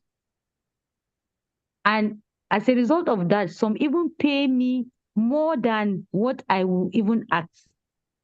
But especially all these, will I say, those that are very, very rich.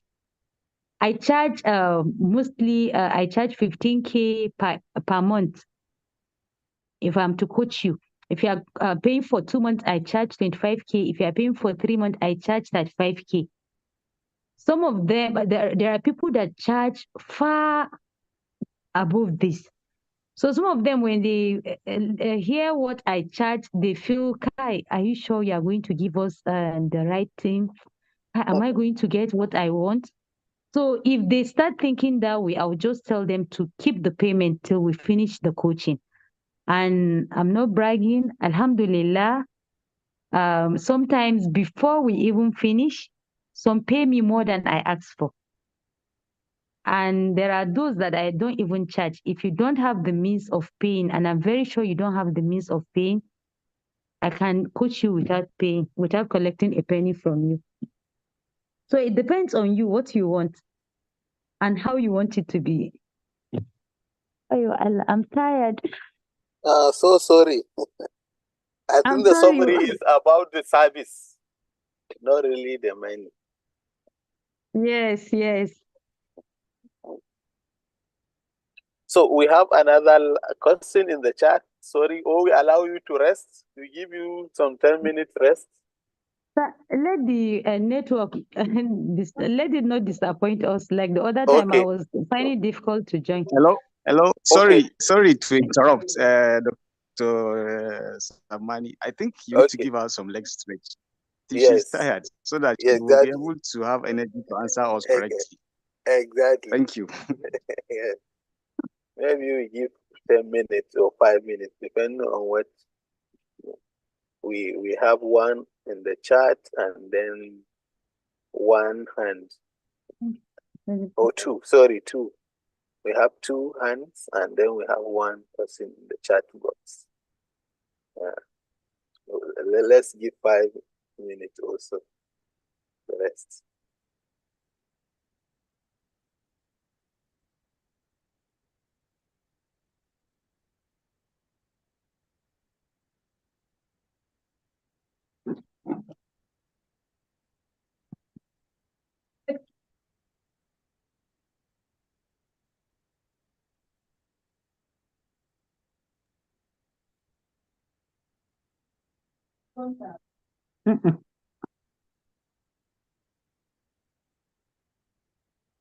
Okay. I think we can continue. It's okay? Okay. Okay, thank you. We have a question. Someone says, please, my question is on skipping a meal. Okay, intermittent fasting. Yes, Ma, what is your input on intermittent fasting? Is it a positive behavior based on your knowledge of CBT? Okay, we all know what intermittent fasting is. Is a great tool to lose weight at some point in time. That's for some age range, you understand? Usually from teens to let's say late 20s is a great tool for you to lose weight. But it depends on the form of intermittent fasting. You know, we have different form of intermittent fasting. We have the 16 to 8 intermittent fasting. We have the 12 to 12. We have the one of the warrior form of intermittent fasting where you eat once a day. Then we have the 5 to 2, where you eat normal 5 days of the week, and the remaining 2 days you eat at a certain time. And a very good example is a fasting that Muslims do observe. They normally fast Mondays and Thursdays, a voluntary fasting Mondays and Thursdays. So that one too is also a form of intermittent fasting. And also we have the alternate fasting is also a form of intermittent fasting. The whole idea of intermittent fasting is to reduce the calorie intake. It's what? To reduce the calorie intake and to allow, will I say, more resting time for your digestive system, because you have a period of rest and period of eating, you understand? But during the period of eating, you are going to eat in a healthy way, because there are people that will do intermittent fasting. During their eating period, they tend to eat more than they will eat if they are not fasting. That is why sometimes during fasting period, people tend to add more weight than when they are not fasting. So if you do the intermittent fasting in the right way, there are do's and don'ts of intermittent fasting. If you do it in the right way, you are going to use it as a tool to lose weight. It will help you in losing weight. But when you are of age, 40 years above, I do discourage the type of intermittent fasting that your fasting period will include the morning hours. You understand? Because sometimes it's it's a risk factor for someone to develop diabetes. We all know what diabetes is. It's a condition whereby your body cannot handle sugar the way it's supposed to be. When I say sugar, or will I say glucose in general, yes, glucose in general. So all form of carbohydrates, we know that it's converted at long run to glucose, and that is the form in which it is used in the body. Then excess glucose will be converted to glycogen to be stored in your fat stores. So when you are of age, there are a lot of changes that take place in your body. Your metabolism will definitely reduce. And there are other factors that may pose, will I say, risks of you developing metabolic disorders. One of it is that when you eat, when you stay for a very long period of time without food, and when you are when you want to eat, then you eat, will I say, above how it's supposed to be. So there will be rush of what? There will be instant rush of glucose in your body. And if there is instant rush of that glucose in your body, there will be what? Sharp increase in the release of insulin. If there is that sharp release of insulin, there will be, will I say, very fast or abrupt way of clearing the excess glucose in your blood. After a short period of time, you will be hungry. And that will make you to eat more again. You understand? So, and what I just finished explaining is one of the things, one of the principles we use in managing people with diabetes. We don't want sharp increase, will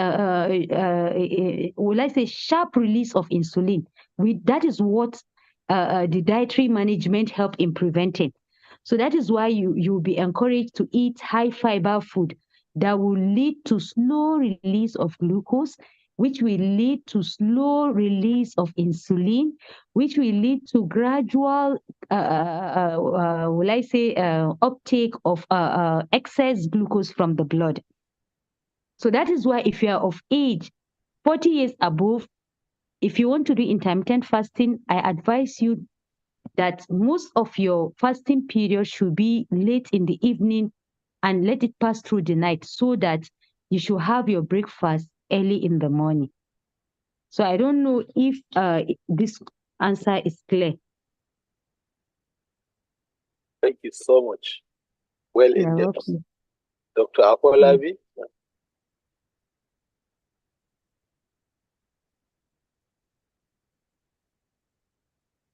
Dr. Aminu Shehu.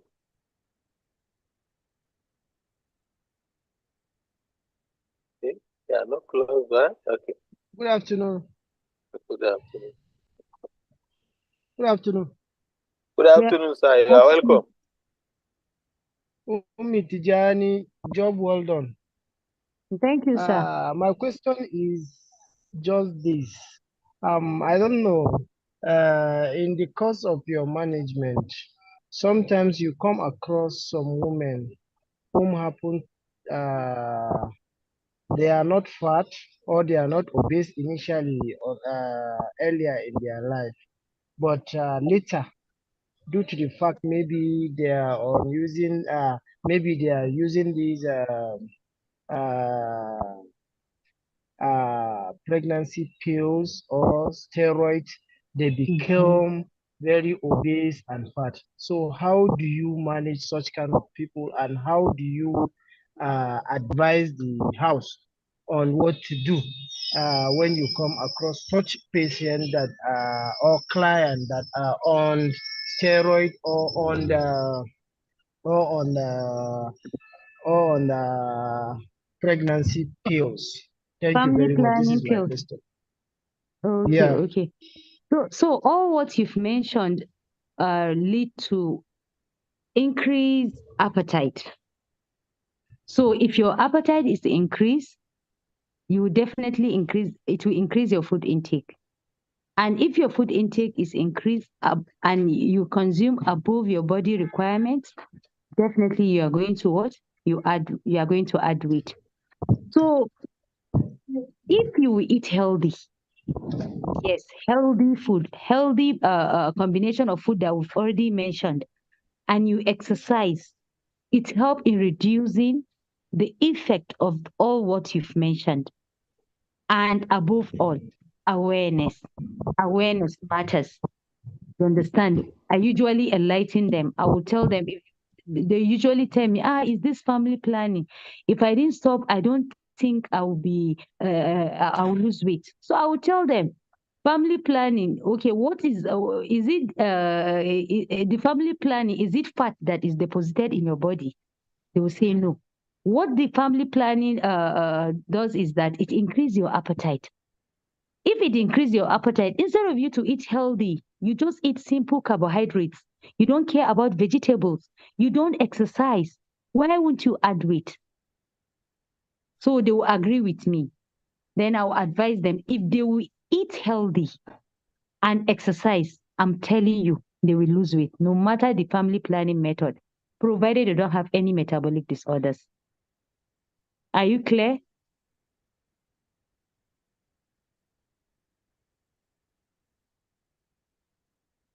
Hello?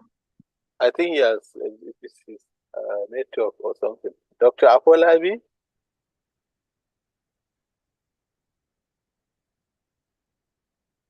Dr. Patricia? Good afternoon, House. Good afternoon, Ma. Afternoon. Thank you very much for this lecture. It's actually very enlightening for me. So I have a question, and my question is, should somebody trying to lose weight eat normal 3 times in a day, eat your breakfast, eat lunch, and eat supper?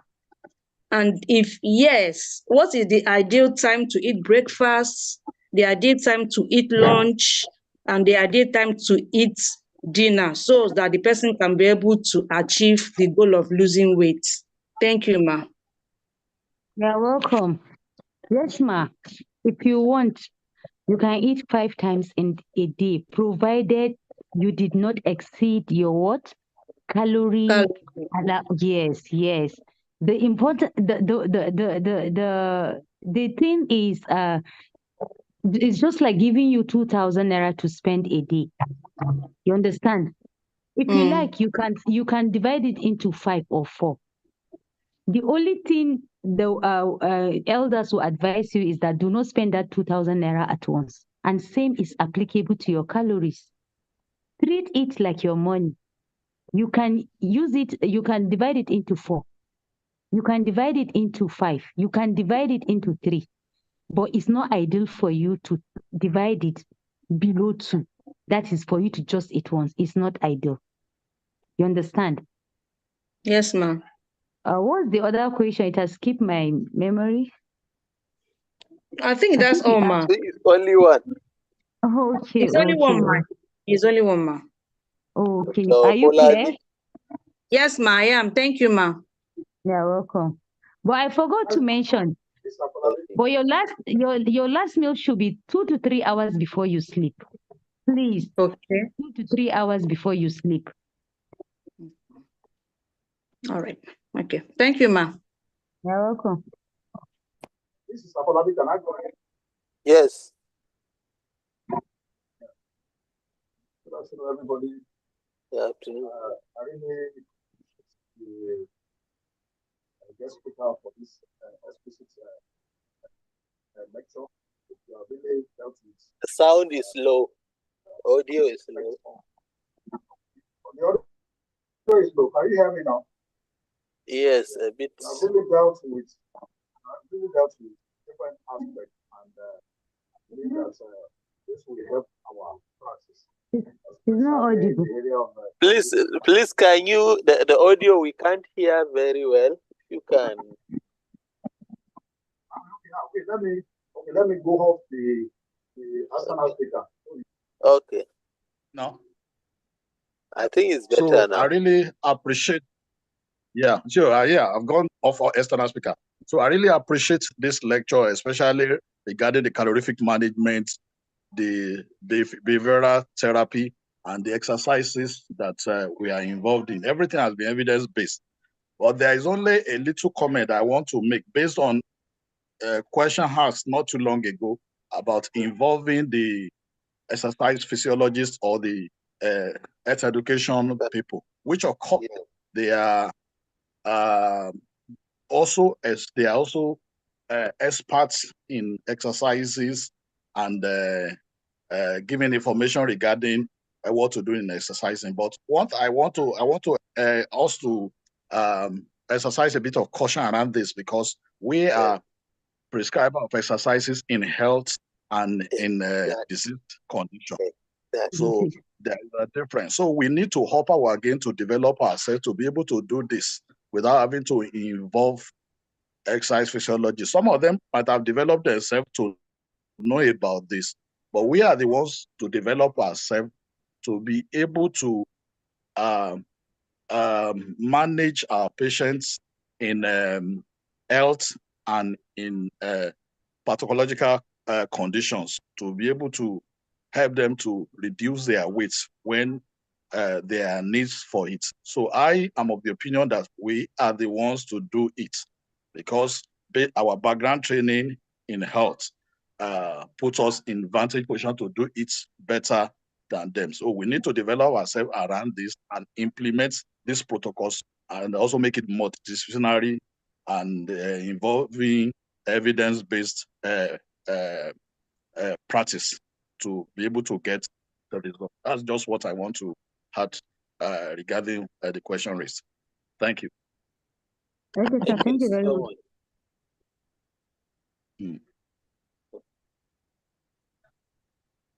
Any other comments? Yes, sir. Questions?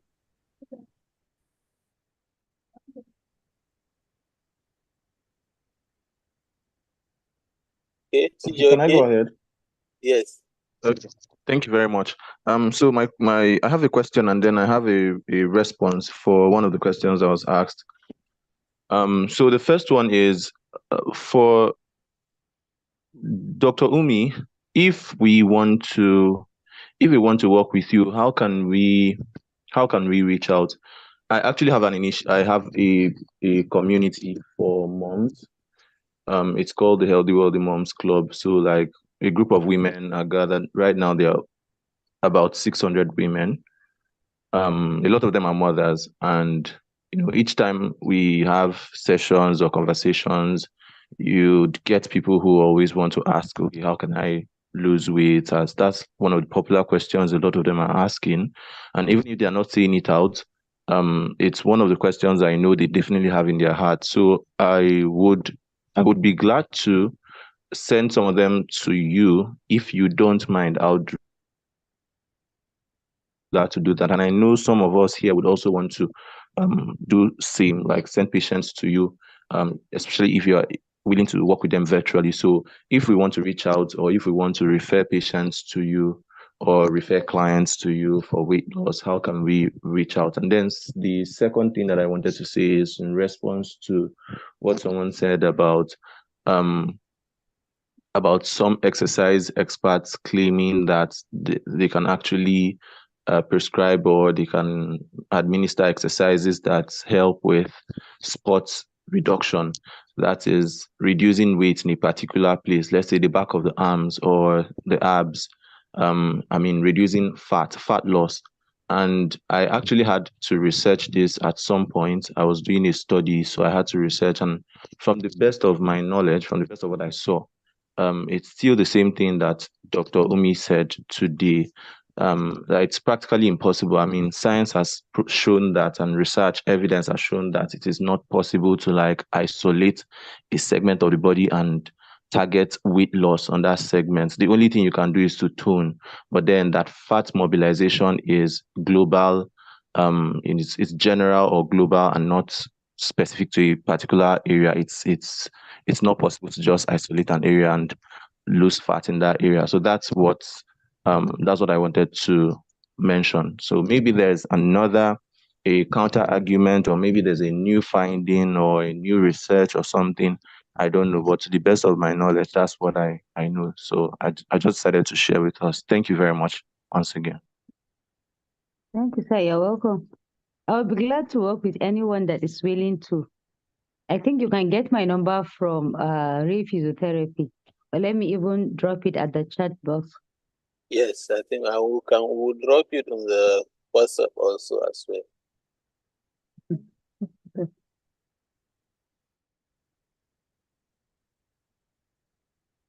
Yes, there is one here in the chat. Anyway, Okay. this one is like a comment, or maybe it can be a form of question. Someone was talking about those ladies that are blindly looking for supplements to add weight. She says she hopes this will serve as an enlightenment for them. I think this one is not a question. Okay, that one asks that why is it 2 to 3 hours before sleep that you should eat? Okay, I'm sure during our training, almost all of us, we have knowledge, some knowledge about physiology. As we know some things about digestion of food. Different food digest at different time. It takes some hours. You don't just eat food now and it will be digested the next minute. It takes time. So if you just eat after eating, you just lie down. When you are sleeping, things are changing. Your digestive system is resting. So you may have some discomfort. You understand? You may have some issues with the food you eat late and you just lie down. Sometimes you may wake up very tired or with even stomach upset. And a lot of things that if I want to say it now, we'll now go to another thing else. But it's not ideal. It's not healthy to just immediately after eating you just lie down.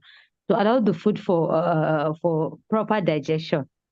To allow time for proper digestion. Okay. And if anyone has something to add to this, please, the floor is open. There's one very important question here in the chat. Okay. Somebody said, for those of us who wants to gain weight, is there a healthy way of gaining weight or it is just going overboard with the calories? When we're talking about calories, I said it's not about only reducing calories. The quality of food matters. So the same thing with adding weight. If you want to add weight, you take more of the healthy fats. Something like you eat more of nuts. You eat more of a healthy source of oils like avocado. You understand? Then you eat your carbohydrate, though it should be whole carbohydrate, but the quantity should be increased. You eat the healthy way as explained, but more portion. You understand? The calories will increase, but the quality of food matters. Just as when you want to lose weight, you eat quality food, portion wise, in accordance to your calories. The same is applicable when you want to add weight. You eat more of the calorie dense, healthy options that I have just listed. And even in the slides, I think there is one slide that healthy, high calorie food were listed. Are you clear? Yes, then there is another one. Okay. Okay, this is just a comment. Just workshop is inside the phone. I think we have exhausted the questions in the chat box. Yes. So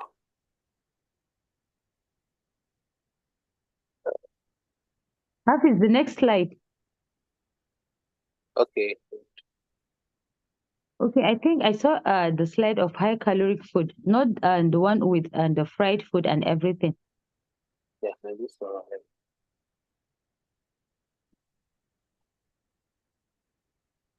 No, let me see the next one.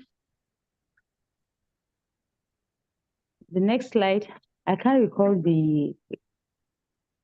no, these are high calorie unhealthy foods. Okay, maybe the slide before this. The back. Mm. No, not this.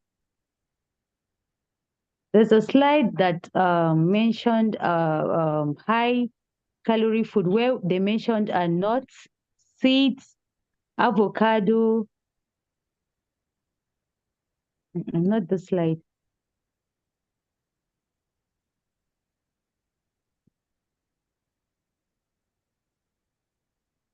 For the person that wants to add weight in a healthy way, you still eat healthy, but more of the high calorie healthy food like nuts, peanut, granola, nuts, avocado. You add it to your cereals.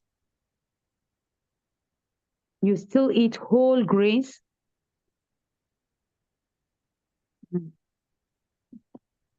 I'm unable to see it. It's not this.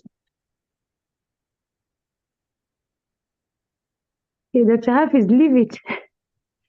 But Okay, I hope she's clear. Or is it he or she? So you it's eat a chart. healthy. Okay, okay.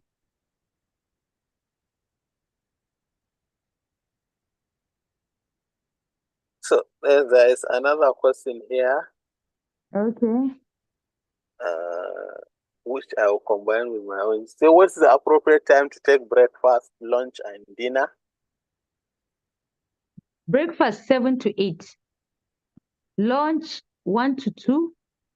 And dinner 6 or 2 to 3 hours before you sleep.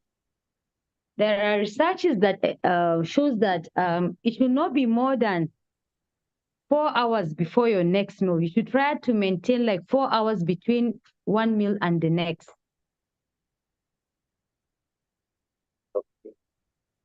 So, It has so many benefits. there is this is it adage or something that people use that they say eat, is it breakfast or something like a king, dinner like a beggar or something? I don't know what Yes. you Okay, think the about meaning. that. So No, is it okay that adage? Is it a correct thing or is a wrong thing? yes, somehow scientifically it can be proven in the sense that breakfast like a king. Mostly after breakfast, you go about your activities. So you need energy. If you are not a sedentary worker, someone that works office work that you are always sitting, you need energy for that work. So it is believed that after breakfast, there is a lot of activity that is expected. So no matter how large your meals are, it's not going to be, will I say stored, it will be used. You understand? Yeah. Then, even to support weight loss, it is advisable that your dinner should be light. If your dinner is light, there will be fast digestion, absorption. So there will be, will I say, no or little room for storage. Do you get me? Yes. Okay, please, we still have some few questions from the YouTube. Okay. Read out the questions. Just I think in the next 3 questions we can close. We only have 3, I think. Say someone says to maintain an ideal weight after reduction, will I continue to eat within my maintenance calories plus exercise, or maintenance calories alone will suffice? No, exercise is very, very important. You know, when you've reached your target weight, there will be a evaluation because they are going to calculate your maintenance calories because it will change from the initial one. So having known the calories at that point in time to maintain the weight, then activities not more than 150 minutes in a week will be okay. But you can't just maintain the weight with only food, with only food reduction. You have to combine with exercise. But the exercise should not be strenuous exercise. Then the next question said, between hereditary and acquired weight gain, which one is more difficult to reduce and why? Hereditary and acquired weight loss. Well, both are not difficult to shade. It's just mindset. You understand? Hereditary, acquired, provided behavioral change will be established, none is difficult. Okay. Then the other one is, someone said,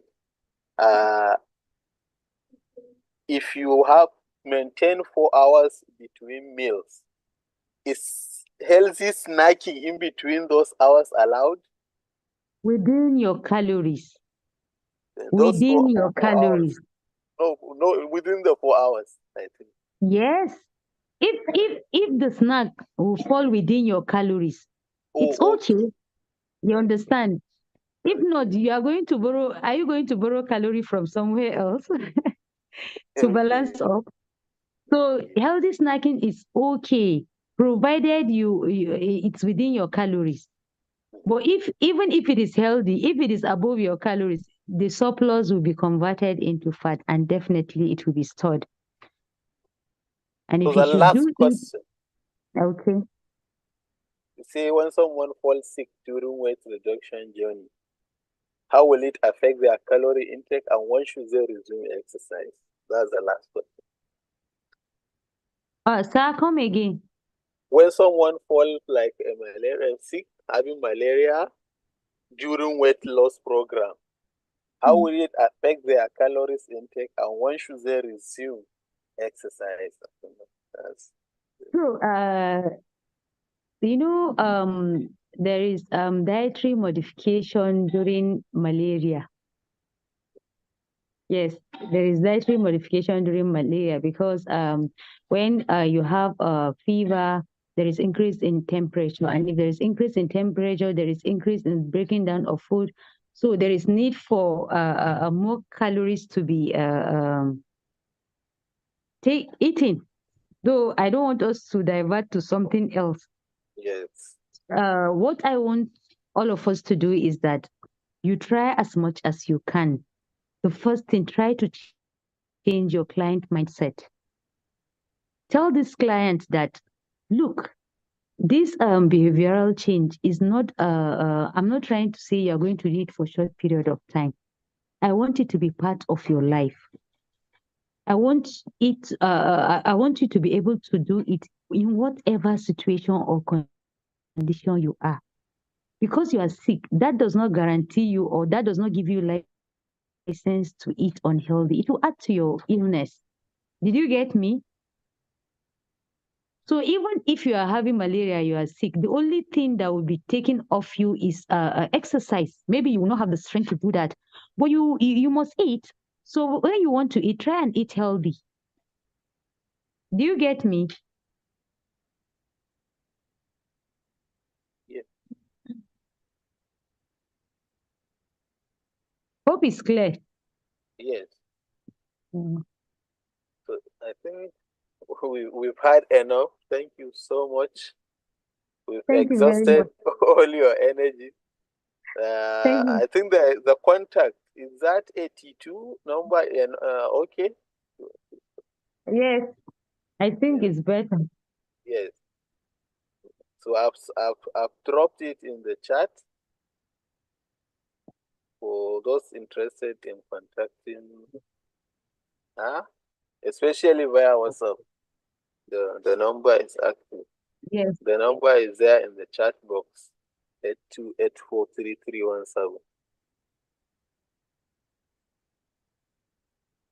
So in the absence of any person, we sincerely thank you very much for this Thank you very much. well-enlightened and insightful presentation. And we hope to see you in the next year's, one of our next year's schedules. God willing. Thank you so much. If there are any other questions, you can feel free to drop the question in our WhatsApp group. We can always send to her. If she responds, we send back to you, and her contact has been supplied also in the chat box for further follow-ups. Thank you so much, and hoping to see you in subsequent follow-up workshop. Next week, we should have the exercise part of the weight reduction. Hopefully Thank you very much, physiotherapy. Thank you very much, everyone. Bye. Thank you so much.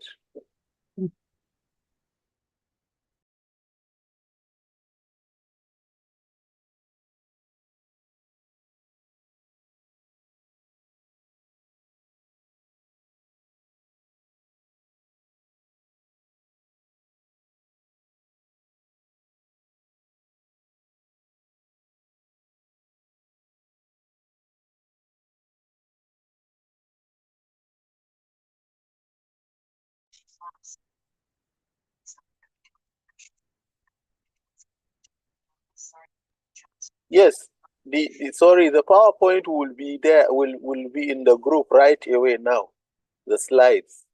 And the recordings will also be sent as soon as it's ready. Thank you.